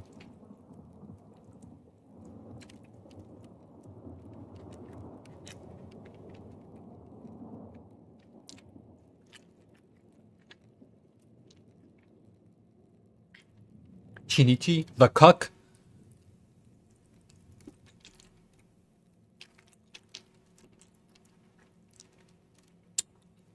No way. Have you read Tezuka stuff, or do you put him there out of hashtag respect moments? Top 5 respect moments. Also, I respect your Ishida agenda, but lock him up. No, he has no peanuts. Alright, I drew the manga. Which ones? I'll begin by inspecting his anterior, starting with the face and head. Have you watched Metropolis? No visible woman, no blemishes, teeth in good condition, nothing unusual. Neck, shoulders, and shaft are ordinary. I need to clean some blood away to examine the torso. Yes, there it is. A puncture wound between the 6th and 7th ribs. It's fairly shallow, though. I estimate it penetrated only about an inch, and it likely came from his own hand. I was gonna be like, why is Andreas taking notes? I'm like, oh, Andreas is not only a good drawer, but a good calligrapher and writer. So like, actually, who's better suited for this? Tezuka is a case where he just made so many manga and was overall quite good. So he made too many bangers to not always get mentioned. Is my impression. Buddha, Dororo, and Message for AH. I forget he made Dororo. For fairly shallow, that it's made penetrate only about an inch, and I like it came from his own hand. When he flicked it on himself, how can you tell? But from the angle and depth of strike, it's as though he were holding it in his right hand as he fell on his side. Whoa. You must know that I was not always a monk. I was a mercenary for 10 years. For 10 long years in Poland. Oh shit, he's like you, Saul. It's like you, Saulius. I was like, I can't believe that crafting your name is because you actually play Minecraft. I was always a monk. That way he has an eye patch. No, he's gonna be like, is that why you have the eye patch? I'm like, no, I actually got that last year. My familiarity with wounds comes from my time on the battlefield. I am no true surgeon, but I am the closest Kirsau has.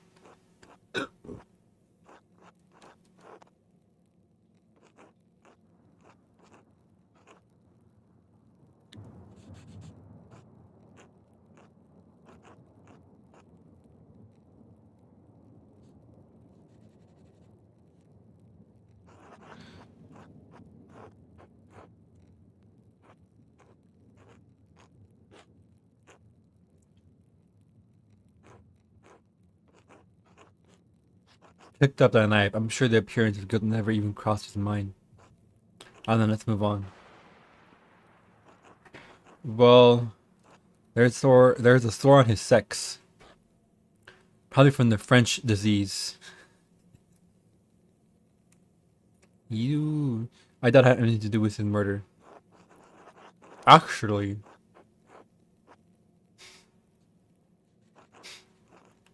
You know of it. Oh, I see. Have you taken mercury for it?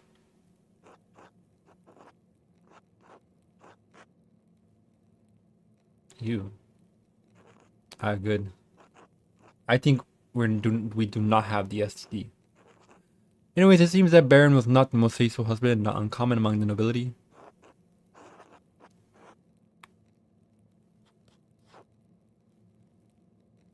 I spent many years as a mercenary. Sex and death are common companions in that world.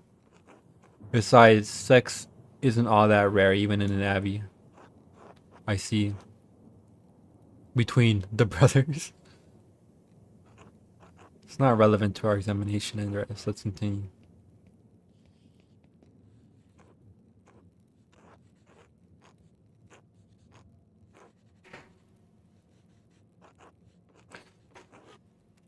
Can you help me turn him over? Of course. Grant an affirmation stoically.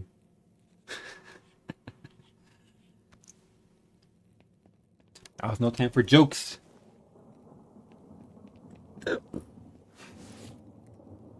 Bro, turn him using his hair.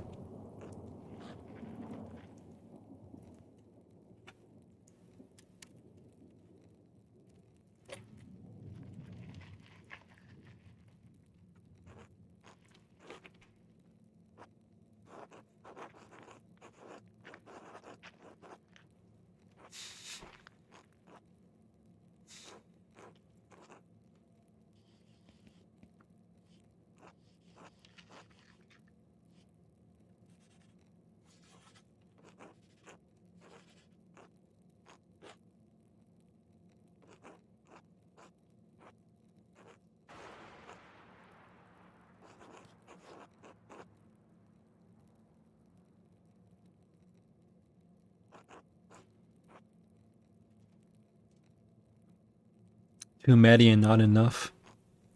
Italian doctors try to examine as many corpses as they can to fully understand the mysteries of the body. The battlefields of Poland and Lithuania aren't as ideal a learning environment as the University of Bologna, but they did provide an education of sorts. I would be treated by someone sitting in the northern music anyway.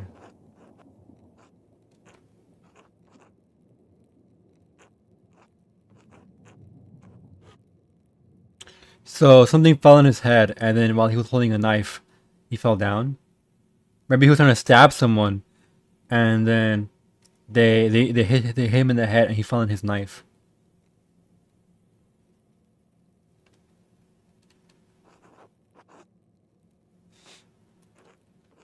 The skull is cracked in a single spot, and there's a clean pressure on the sky right there. What time period does this take place in? 1518. From what I gather, that year specifically is because it's right after Martin Luther posted his theses, and because it's the start of the Renaissance, so the end of the medieval era. the start of the Renaissance.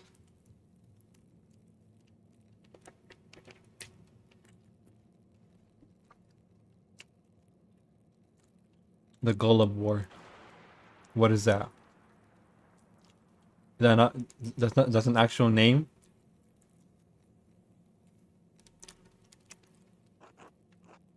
You can start a very specific religion to hit the same spot twice unless the Baron were already dead.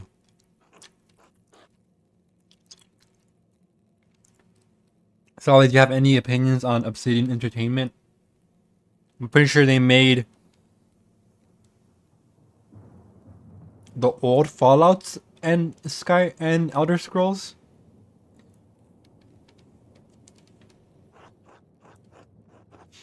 How long could he have survived for? I've seen similar injuries in battle. The victims don't last more than a few minutes, but it's an agonizing death. I didn't read it. Yeah, it was a final war with the Teutons. I see. I thought that only made Fallout New Vegas. Maybe. I know their names attached with more than just that. They made New Vegas, and I don't like New Vegas. I've seen some of the injuries in battle. The victims don't agonizing deaths. Even so, he couldn't have wandered from where the blow was first struck.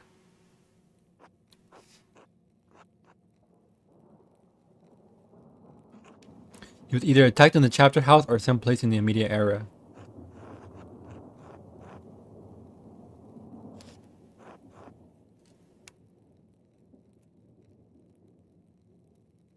You see that? Could he have been attacked outside the abbey, but it was Eben? Then it sounds like, could he have even attacked outside the abbey, which is supposed to be like hinting towards him trying to kill someone.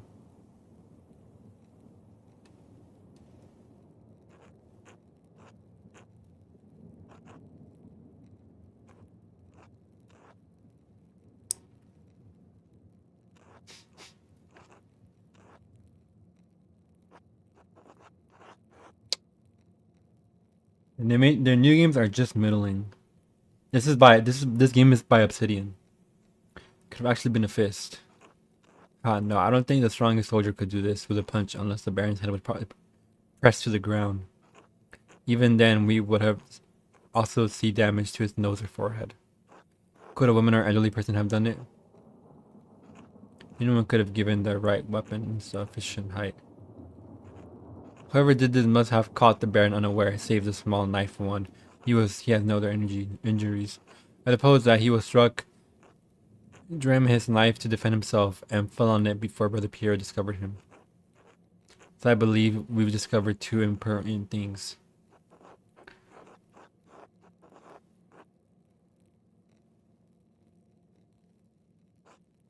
Indeed, though it may take more to convince the Archdeacon of Brother Pierre's innocence. I also know that the Barons were killed by a blow to the head from a heavy blunt object.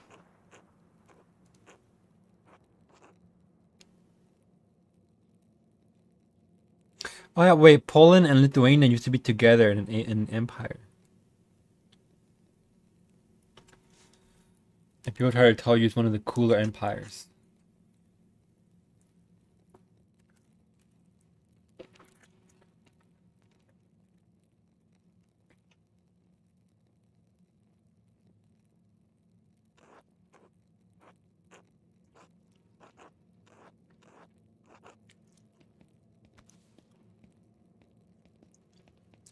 It was not one of the cooler empires, lol. You're gonna be like, it was the coolest empire. Some people try to defend that though. You know, everyone has a favorite empire the same way everyone has a favorite Pokemon. You know, some kind.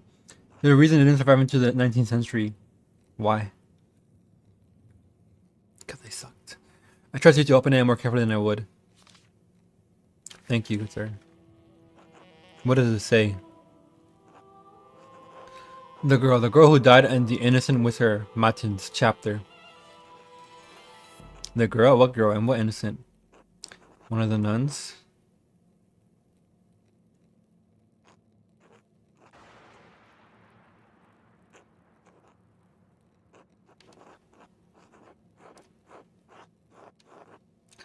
Definitely someone with a great deal of experience as a scribe, but it can't be Eduk or Guy. But look, we're so smart. It's possible that they're Swiss, maybe German or Austrian. It's highly refined Gothic script. That's Madkin. As good as Eduk and Guy are, I don't think they could replicate this. It was horribly corrupt, inefficient, and divided. Many such cases. What, really? If not, then who? Each noble was basically his own sovereign. So it was like the Holy Roman Empire. What, really? If not, then who? By the way, this is in the Holy Roman Empire. I tend to find out. I wish you good luck finding the answer. Now, I'm sorry to rush you, but I must ask you to leave. Every minute you stay here is additional.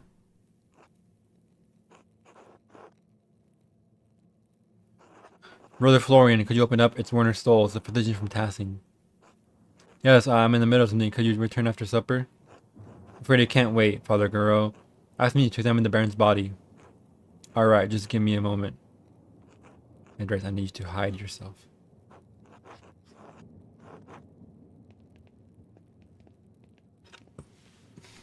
Brother.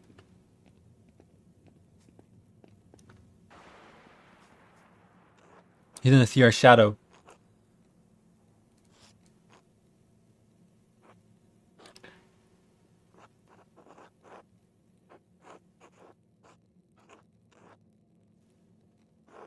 Well, then what's the harm in letting me take a look? Dr. Stoll, with all respect, I finished the case of this is clear. If you had arrived an hour ago, I would have had no problem with your assistance. Assistance? I'm a university-trained physician. I can examine a corpse on my own, without the help of a battlefield straw bones.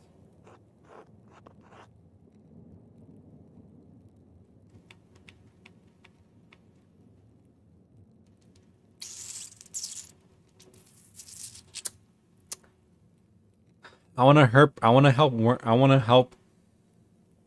help this guy, but in my next playthrough, the one I want to play my own time, I'm already the outspoken defender guy.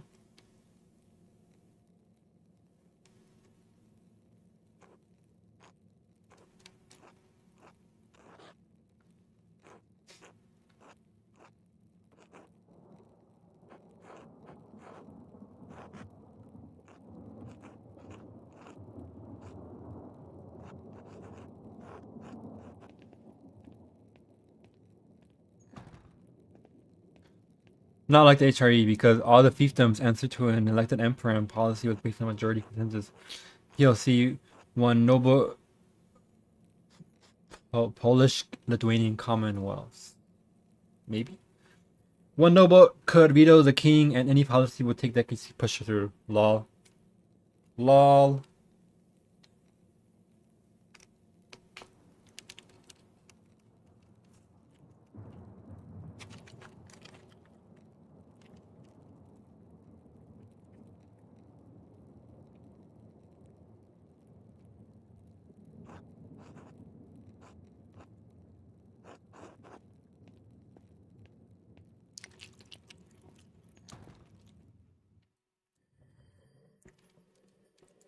Vespers.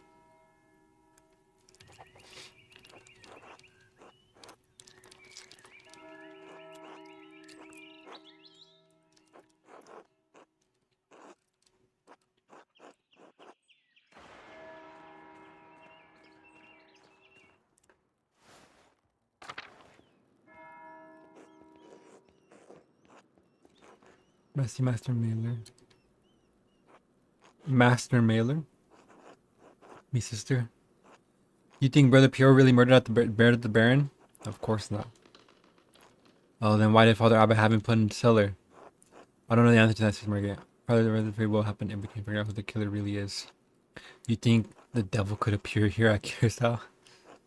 I suppose why. What? These both kind of suck.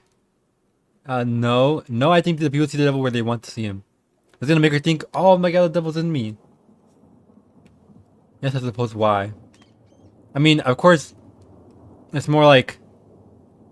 I mean, There's a lot of ways to interpret these.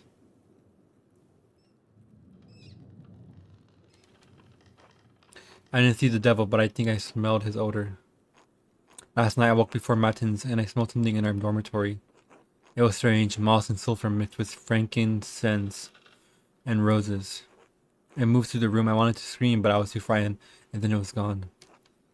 I'm ashamed that I didn't cry out, but I didn't know what to do. I didn't know that I would have done me better.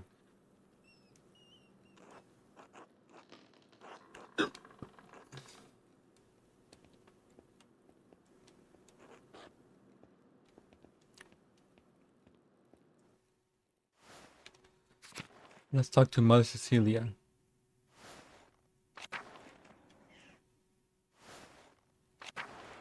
She's not here.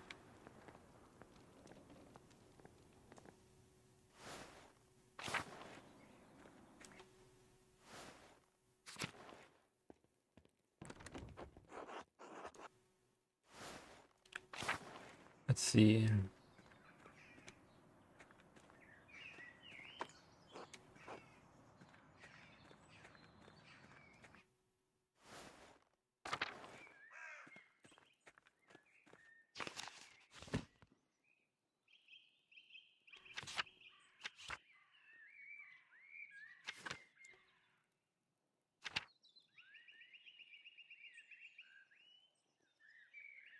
Kirsal.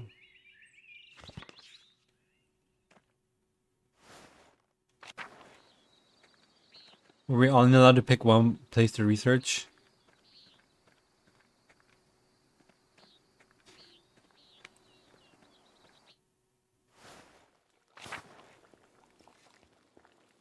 Whoa, hello there.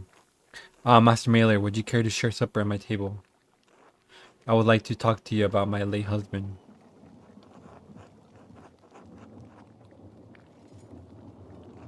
Thank you, please sit.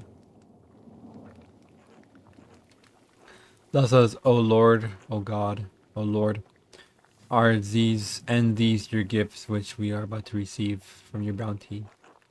Through Christ our Lord, amen. Amen. I find myself rather out of place here without the comfort of the Baron. I'll make you feel comfortable. Thank you for agreeing to share a meal with me, Master Mailer. Of course, the honor is mine. You are welcome to any comfort you may find in me in this difficult time.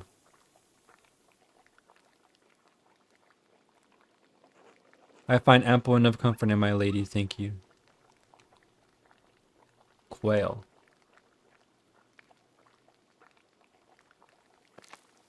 We're eating good here, huh? Not that there is much comfort to be found in these cold and dreary alpine towns. Lawrence and I had meant to take a tour of them before returning home to Worms, but... well, return we shall. Sorry for your loss, my lady. Your sorrow is just the first of many, I'm afraid. Are you married yourself, Master Mailer?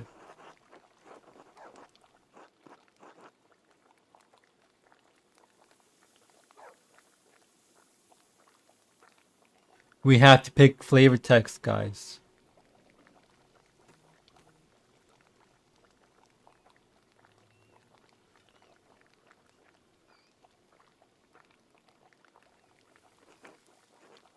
I'm kidding.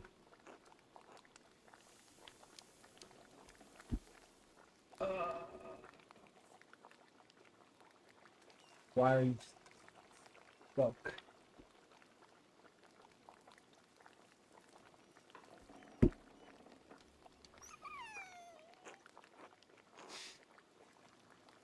Fast friends. Imagine he saw something of himself in you.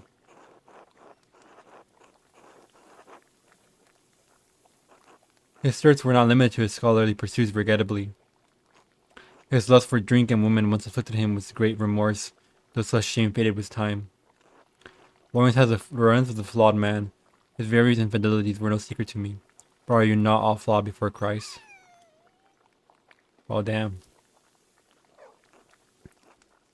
We got a cuck queen over here.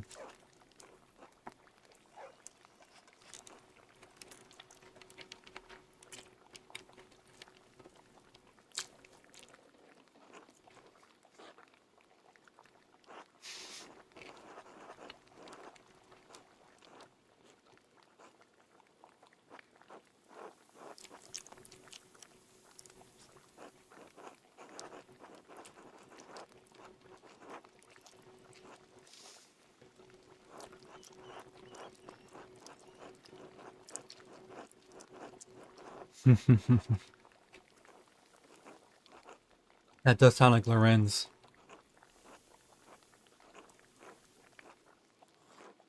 And some who would not.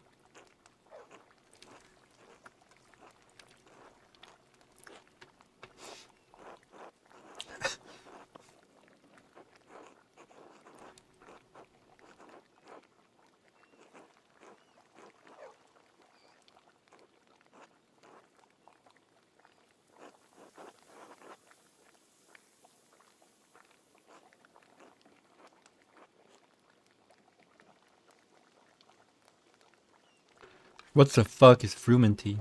What, like a soup porridge thing?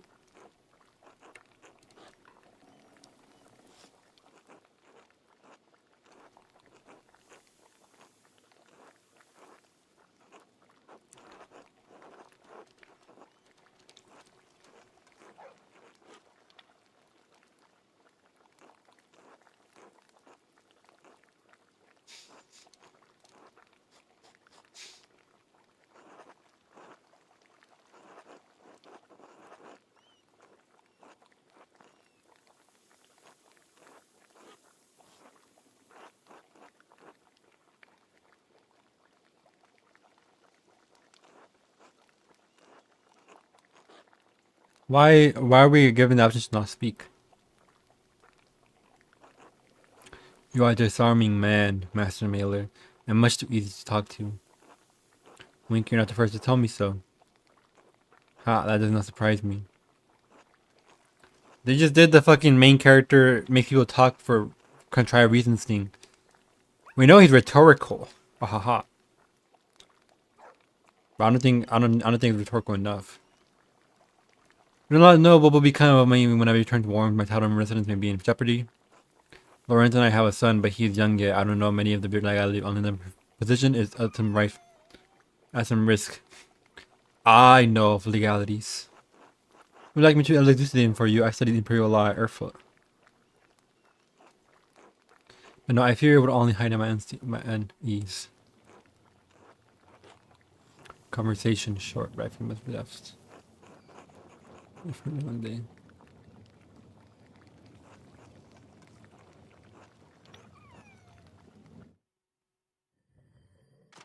Complying.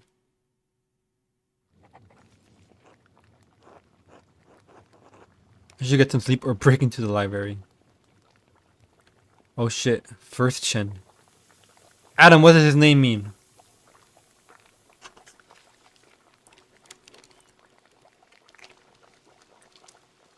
Adam, I summon you. First Shen. Is that first, or is that fur as in hairy? Since he has a beard, I imagine it's hair. Hair dog, hairy dog.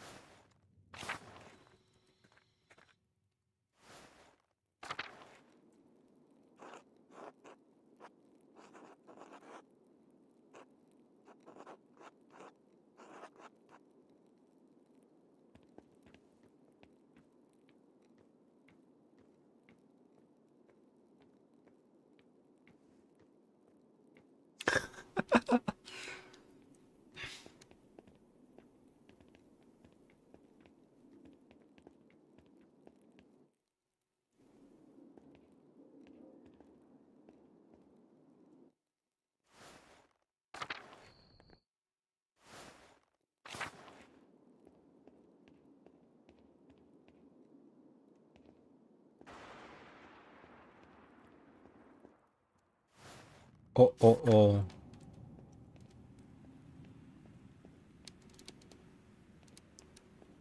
It's time, bros.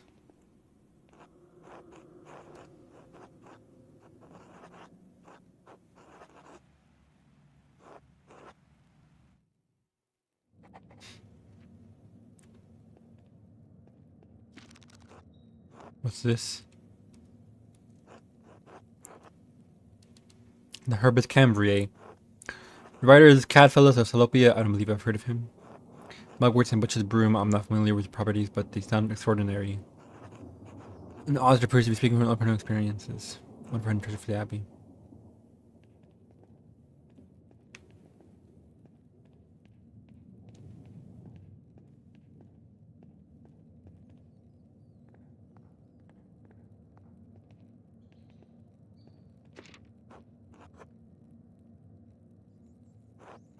Incipi liber de mist. I follow him taking from a larger text, the Mysteria Astra. And there was this astronomical task. Seems rudimentary clean down. Aha! Cancer, Scorpio, and Peace Pisces.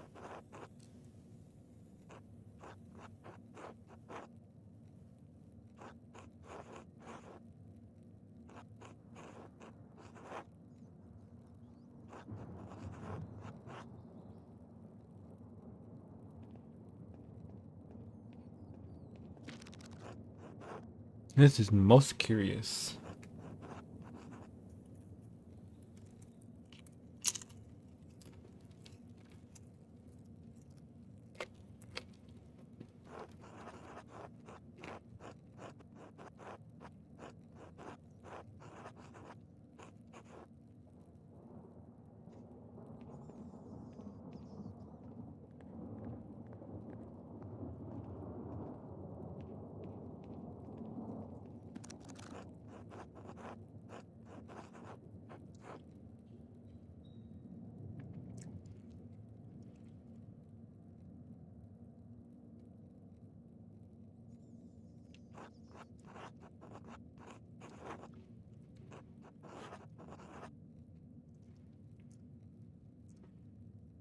Augsburg.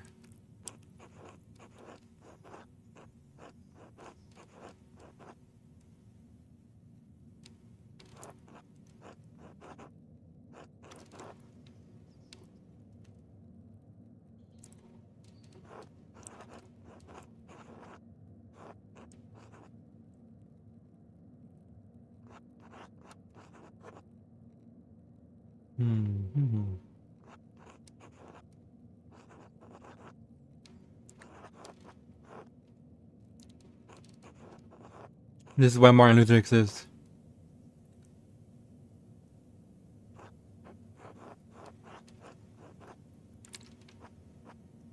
Named Angeline. Capocci family in Perugia.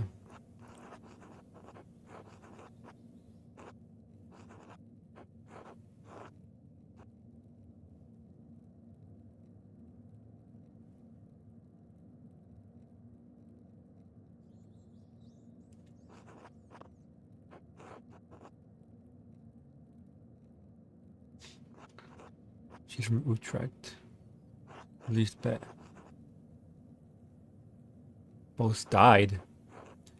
Her merchant family has some connection to Kierthos.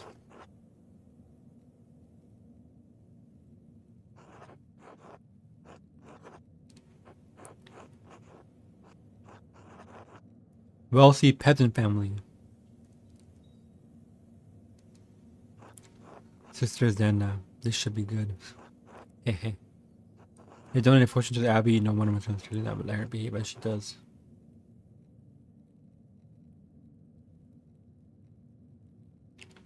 There's no more to click. There's no more to click.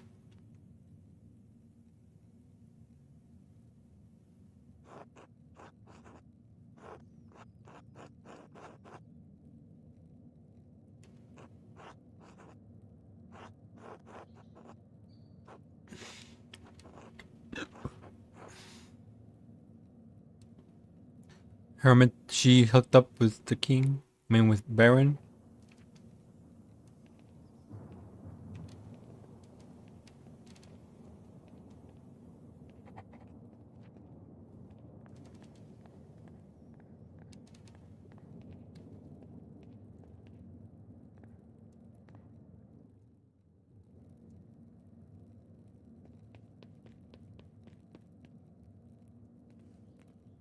Who? Oh, it's him.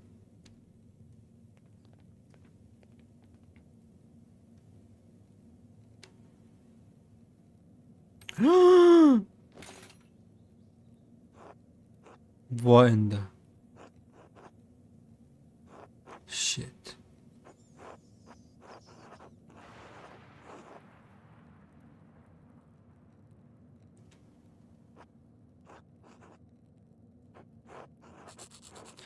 Come on, Fred, go, go, go.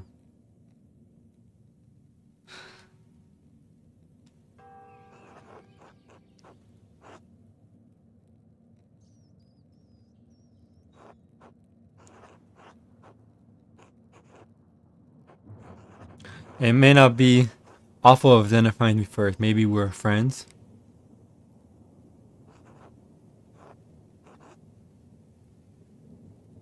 I have to do them.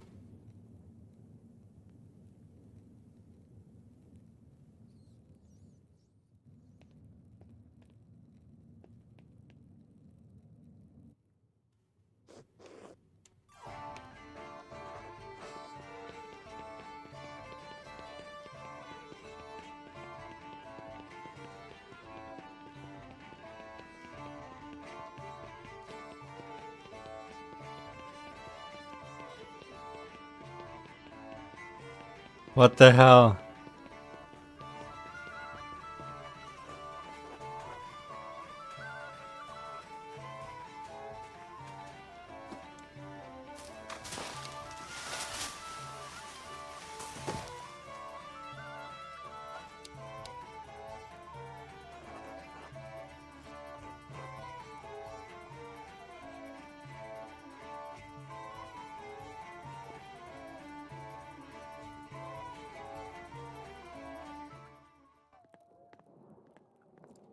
Well, ain't that something?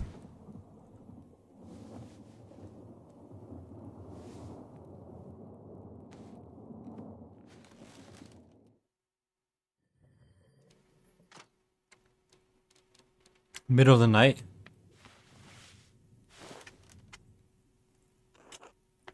Andre.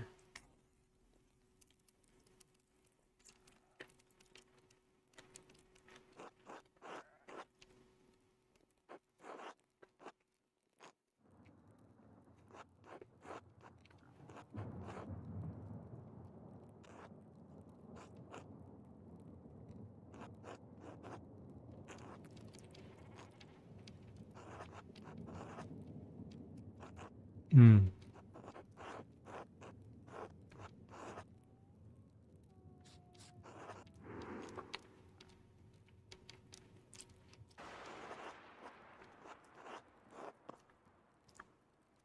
Lay eggs.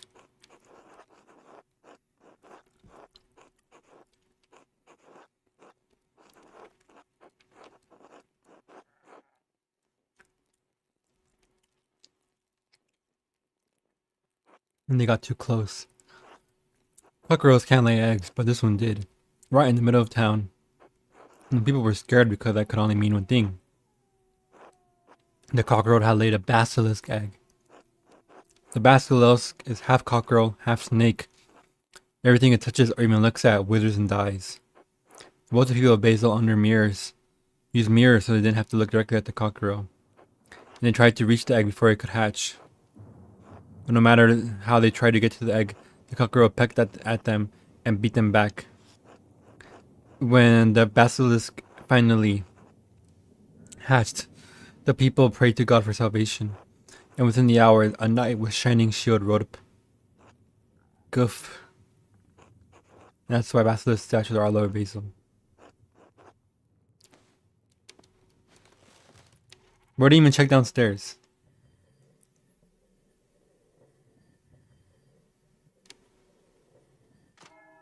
We're really skipping ahead, huh?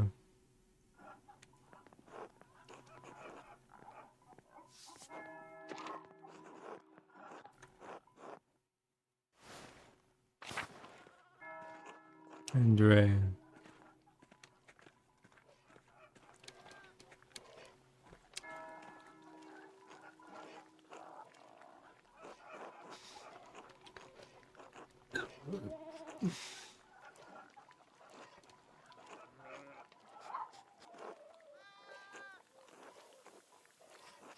The lambing.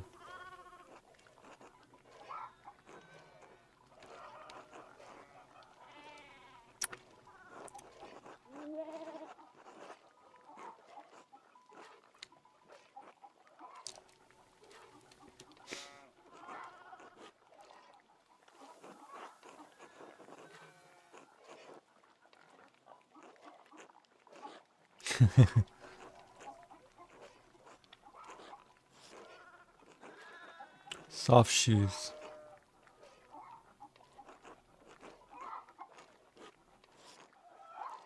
Friendship, you know. Maybe a little bit of gossip too.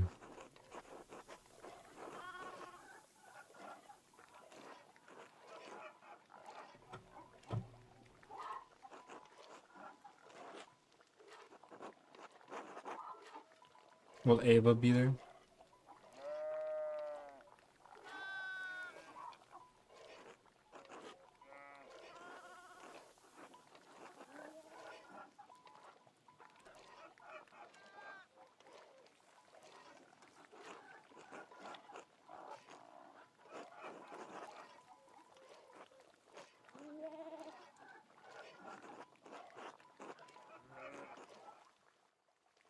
Of course. Bless us all. El Peter's part of the family? Wait, so then the dad sleeps with everyone. They all sleep in the same bed? And these are gifts which you are about to receive from your bounty. And we pray that you keep us safe in the soul of dear Christine, gone 6 years.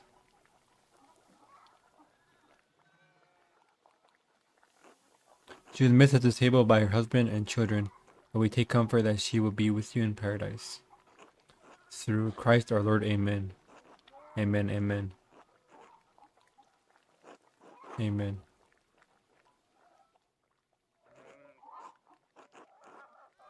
Is that the wife who died? I saw that wretch of a miller this morning.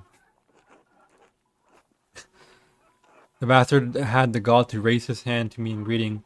I should have spat in his face. Dad, I don't know where he's going to pay the abbey taxes if he raises the milling fees. How are we going to pay the abbey taxes? Maybe told him that. Maybe you can work on arranging the principles. No use talking to that man now with the bad blood between us. I tried to speak to him. He's friendly with me. Absolutely not. I don't want you ever speak to him again. How to ever. I'm sorry, Dad. I won't. I promise. You're going to give yourself chest pains again if you keep going on like that. It's not my chest that pains me, boy. Christ, boy. But my back hurts. How are we going to get those fields planted in time? I've been picking up the slack, haven't I? We got about alright. Is the farm work so hard on the body? Christ, don't get him started. You're damn right it's hard. Up with the sun no matter the weather. Out there in the muck and the elements working my hands to goddamn splinters. Watch your heart, son. You want to leave Clara a widow? Fresh porridge. Why don't you go see Agnes staying around about a bomb for your back? I don't want goddamn women's medicine. Dad, we have a guest. If Agnes medicine is good enough for me and Clara, I don't see why I can't help you too. Agnes once gave me a tincture for an upset stomach that was quite helpful. If it's Agnes you got a problem with, Dad, why don't you see Dr. Stoles instead? Stoles is even worse. Charge. Sorry for abandoning you. It's fine. Stoles is even worse. What does Furstchen mean? Furstchen. Preventing myself from grieving Ichi the Witch by scrolling Twitter. Furstchen. Charge you as much as the miller with all the kindness of the horsemen of the plague. The pain will pass. I'd push through just as I always have. Stubborn boy, why don't you talk to the soldier up at the abbey? Hey, what was his name? Florian? Florian, yes, it was on the tip of my tongue. Since when are you so fond of the abbey, Peter? Florian might have lived at the abbey, but he's a soldier still. Only one of them worth talking to now that Father Matthias has passed. When was that, eh? A few months ago? You knew Father Matthias? More like Matthias made it his business to know me, heh. Matthias, you know. He was impressed by my age. I must have been blessed by the Lord. Thought I must have been blessed by the orb. First? What's the second word? Can you write it in chat?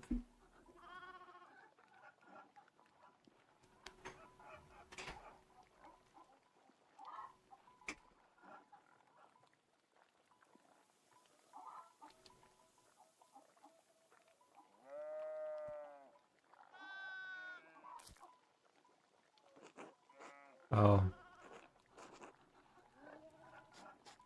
Things I've seen. Want to know all about my life and the things I've seen. Good man for a monk, not like that new abbot. Only cares about his coffers. Gurno does. I see Abby for you.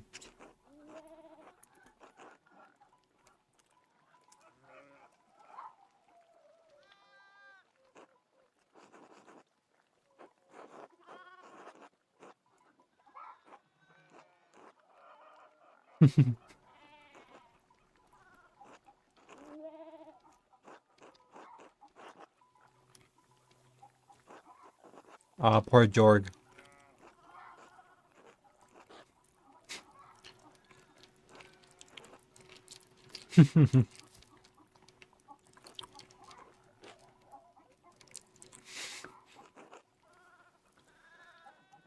Pestering folks around town with questions like you do.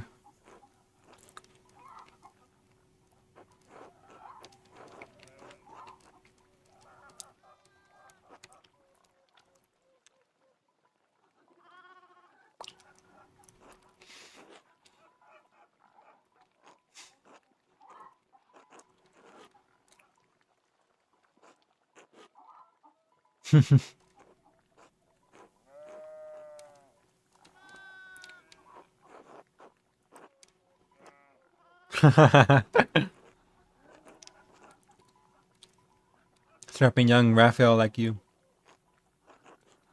Attila, she and I have known each other all our lives. Her family has been on that land for generations, going back to her great grandfather, I think, Deirdrick. A first is like a royal little title, I think. I never learned what it exactly means, and first gen is a codification of it. It probably means a child or young person being a first. Chen is children? I'll look it up. There's a cat that has a name. It's like a pet name.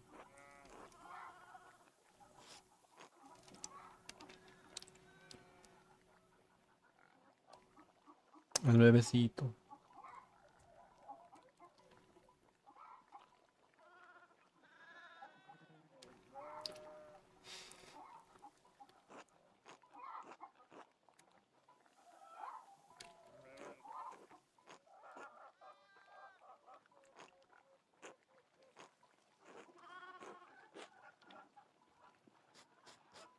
He never walked right again. Probably will kill him in the end. Fucking nobles.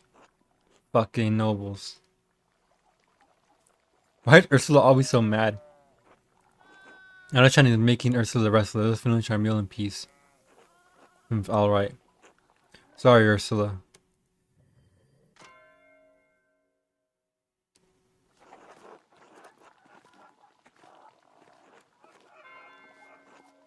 It'll be fun to have you spinning with us, Andreas.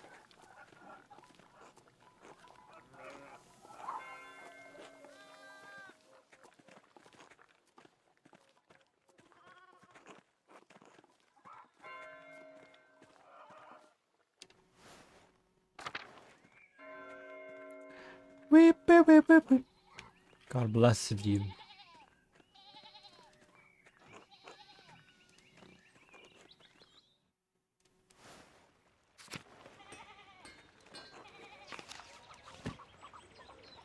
Oh.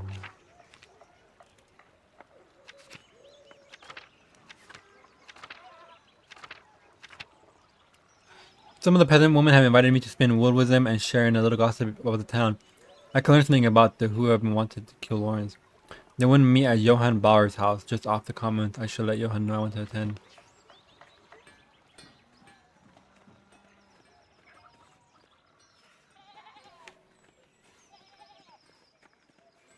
Sepp. Are you Joseph? That's right, well, Shep Hibner. Oh, then Shep it is. I'm Steve here. My father's name is Joseph. He's the artist staying with the Gertners? Yes, Andreas Mailer. I work in the Abbey scriptorium during the day. Alright, I think I've seen you in the meadow on your way to where I'm from. Wait, I live out past the mill farm down here with my family. I came into town to talk to Andreas about some nails. I just was waiting for him to finish up. Do you take beer everywhere you go? If I'm thirsty, you're damn right I do. Talking about the man with an insatiable thirst. Hey, you may be right about that. I'll leave you to it. Think it's nice meeting you, Andreas. Like until later, Shep.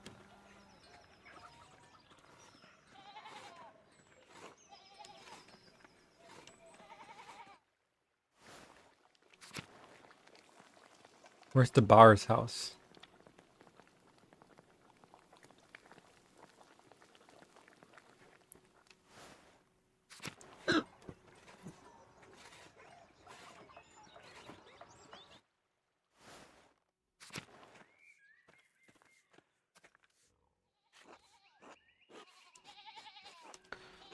Martin recently?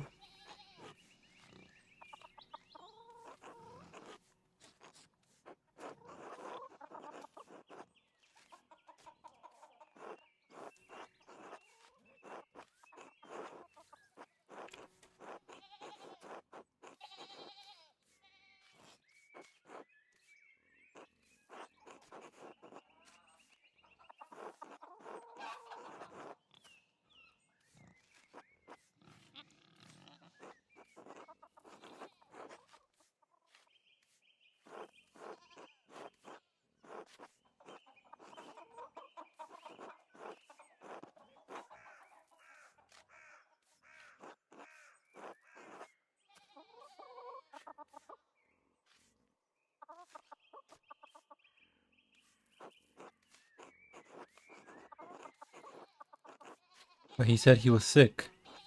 And what was he doing in the meadow? He hardly ever goes out there. It always makes him sneeze. Why do you ask? He has a history of making poor decisions. Like stealing. Baron Rosrigo's manservant believes Martin may have stolen some of the Lord's rings. Lord have mercy. That must be where he's gone to sell them. Oh, Martin, how could you? The last time he ran off, it was to Innsbruck. I don't know, he sold a Kilby anywhere. What if he's attacked on the road? I'm sure he'll be alright, Cat. I pray to God that you are right. I'm sorry, I just know your trouble. Thank you for speaking to me. I don't want to impose, but if it would have been too much trouble, please let me know if you see Martin. I'm so sorry, I'm so worried for him. Of course, Cat. Thank you, Master. May it be well. Yeah, I couldn't remember because first is a different word for monarch and also an add-on for different rank titles like first of some piece of land over which they govern or hold as first. Or hold as first like a monarch.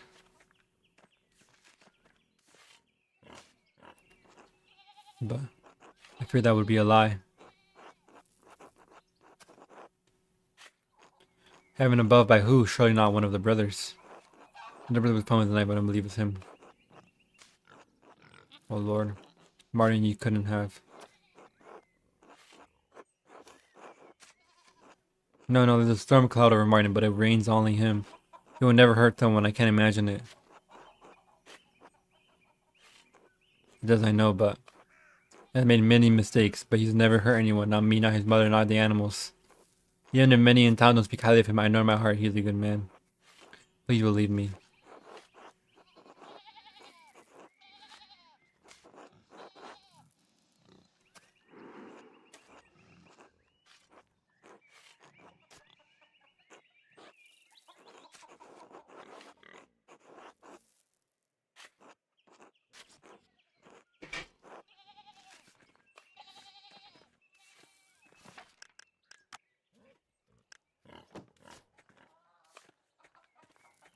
Why didn't it save that?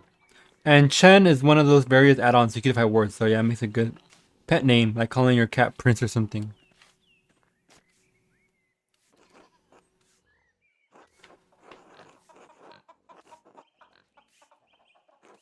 That fucking rat. That layabout was asleep when I went into the fields. He told his mother he was sick. He said anything to you, like where he was going? He told me to eat shit, actually. God damn it, how many times have I told him? Must be his mother's influences. He sure as shit didn't learn that behavior from me. If you see him again, will you tell Kat? She's driving me crazy about it. I'll let Kat know if we're running good. Until later, Mailer. Until then.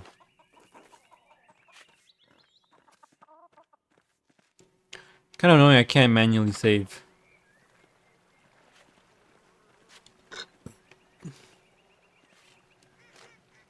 Just wondering when you turn up, then Gago said you come to watch him spin. Between you and me, Hattie's not about to let you go once she got you in her claws. So you got a few hours to thunk her down and get comfortable.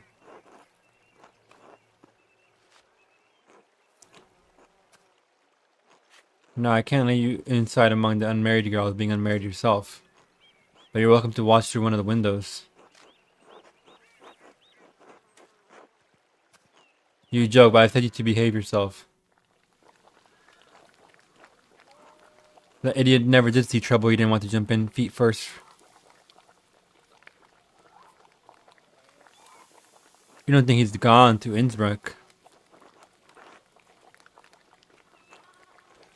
Lord, no. Innsbruck got to be small time to little shit now. To little shit now. I mean, like, First Chen is similar pet name like Prince, but a functional equivalent would be like Rock becoming Rocky. I imagined. More something in mind. The big one, perhaps he intends to explore it or escape. Was just murdered up at the Abbey.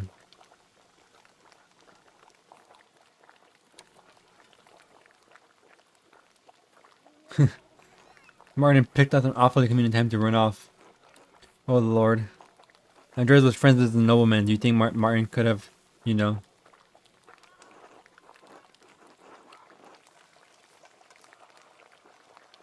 It's not one our place to say.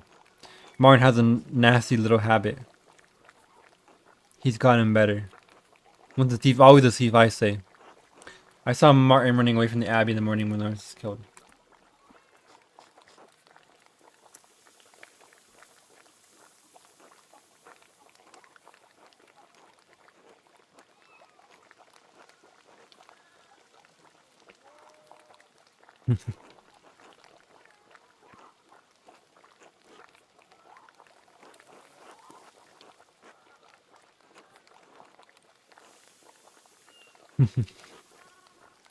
Oh, lay on him, Johan. Jesus.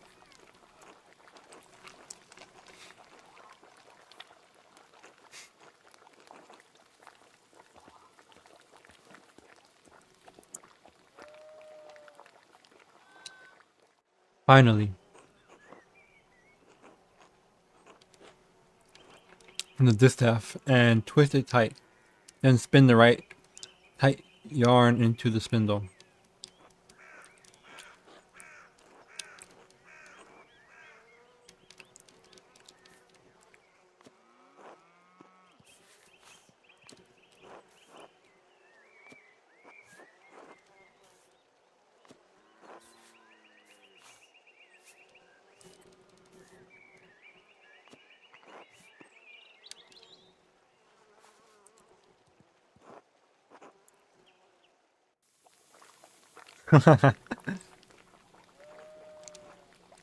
You know, I took Ursula to play with Gret's daughter the other day. And there was a strange man in the bakery.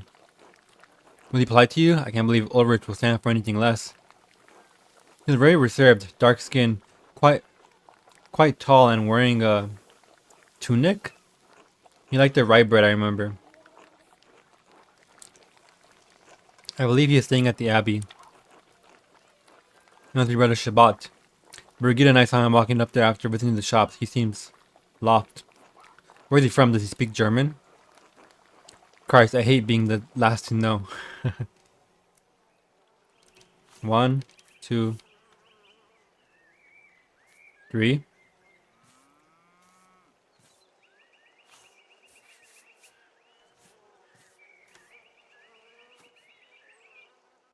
Beast mode.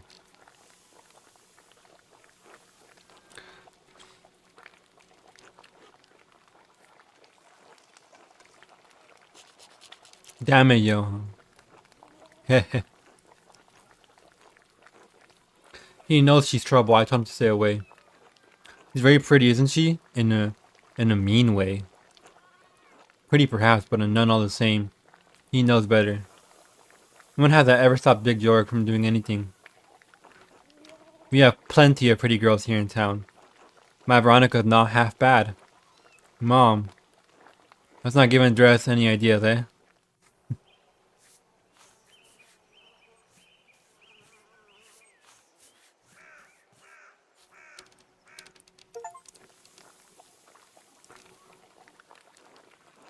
Brigida has been spending a lot of time at her mother's house lately.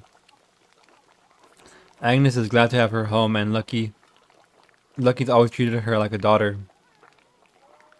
I can't tell they're concerned. Are Brigida and Martin having trouble, Veronica?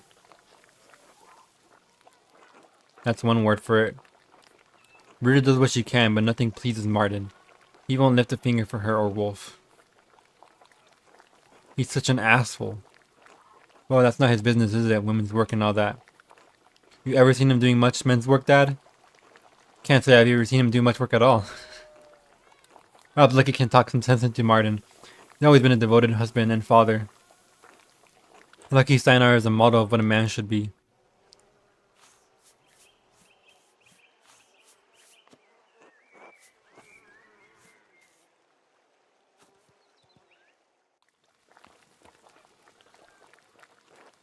Is everyone behaving themselves in here? Oh, it's you. Afternoon, Otto. Come to see anyone special? Hello, Otto. It's good to see you. I heard laughing from the road and knew you ought to be up and no good in here. Hello, just Andreas. Have you been minding your manners? Oh, Johan's here, a real stickler for the propriety. Hand to God, Master Zimmerman, not once in my life. Likely story. Don't be so quick to judge, Johan. Andreas carries himself like a man who's caused his share of mischief. It's called confidence, gentlemen. How can you take pride in a good day's work when all you do is fiddle with your paints?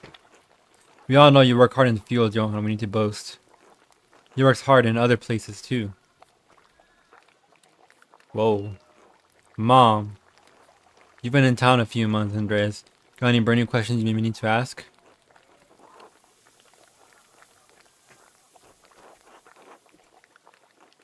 Raising them and changing their terms, yes. When Father Matthias was the abbot, he would let us pay a portion of our taxes in crops. Naturally, the shift for Breen's abbot put an end to that this year. Even if our crops fail our produce less than we'd like, we still owe the abbey for the use of the land. It doesn't make any sense. How can he raise our taxes when the price for our grain does not rise too? Where does he think the money comes from? He doesn't think about the common folk at all. If he's not his abbey, it's not his problem. What about the miller? Doesn't he have the same part to play in that? Leonhard drives a hard bargain. He won't give us a better deal just because the abbey raises our taxes. What we need to discuss is more land. Access to more land. Trying to bargain with Leonhard won't get us that. Leonhard is not a kind man, and he does not negotiate. He might have you carry a lot of debt, but his bargains are cruel. We pay him even before the abbot, though. I'm not sure why. Good. I have nothing Christian to say about Leonhard Mueller, so I will say nothing at all. Except that I hope he falls into a fast-moving river during a flood and dashes his brains on the rock. Jesus Christ, Ed. Can we talk about something else? Come on, Andreas. Surely you got better questions than that.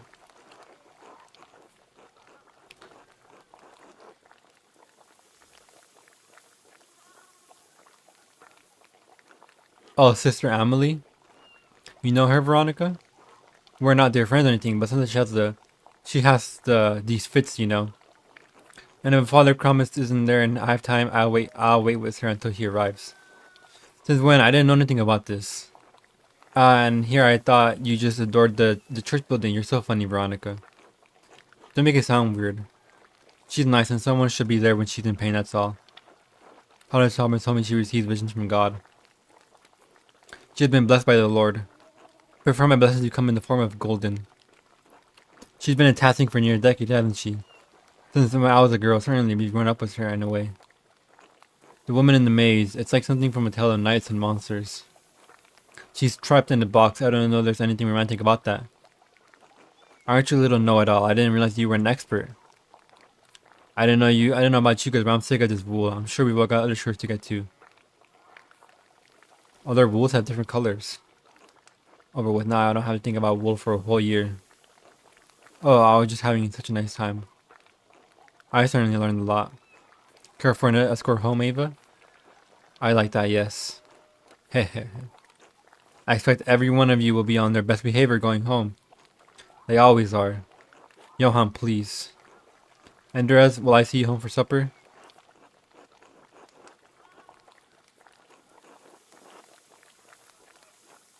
Andres, come back anytime. Unless you come and Abby business. Unless you come and Abby business. Don't threaten him with a good time, Johan.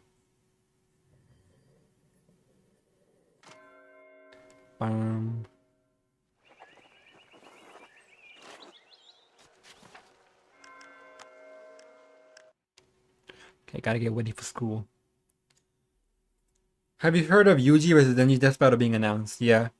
I saw some funny tweets and art of Denji crying on Yuji about him being his sister in Yuji's past life, and Yuji going, why does this keep happening? Because of bloodbending power. Some posted about them being probably just stupid buddies, and someone saying their true death battle should be a 30-question math test, and Denji starts sweating when Yuji has to start counting on his fingers. Yeah, those posts are funny. The funniest ones are the ones that are like, the funniest one with like Yuji comforting Denji mid ass beating, so that Denji didn't turn to Pochita and blitz him. I don't know about, I haven't read Modulo, although I've seen him do crazy stuff. But he does similarly crazy stuff. Pochita does similarly crazy stuff, so I think it's gonna be a good death battle. Oh yeah, XD. Alright, bye bye.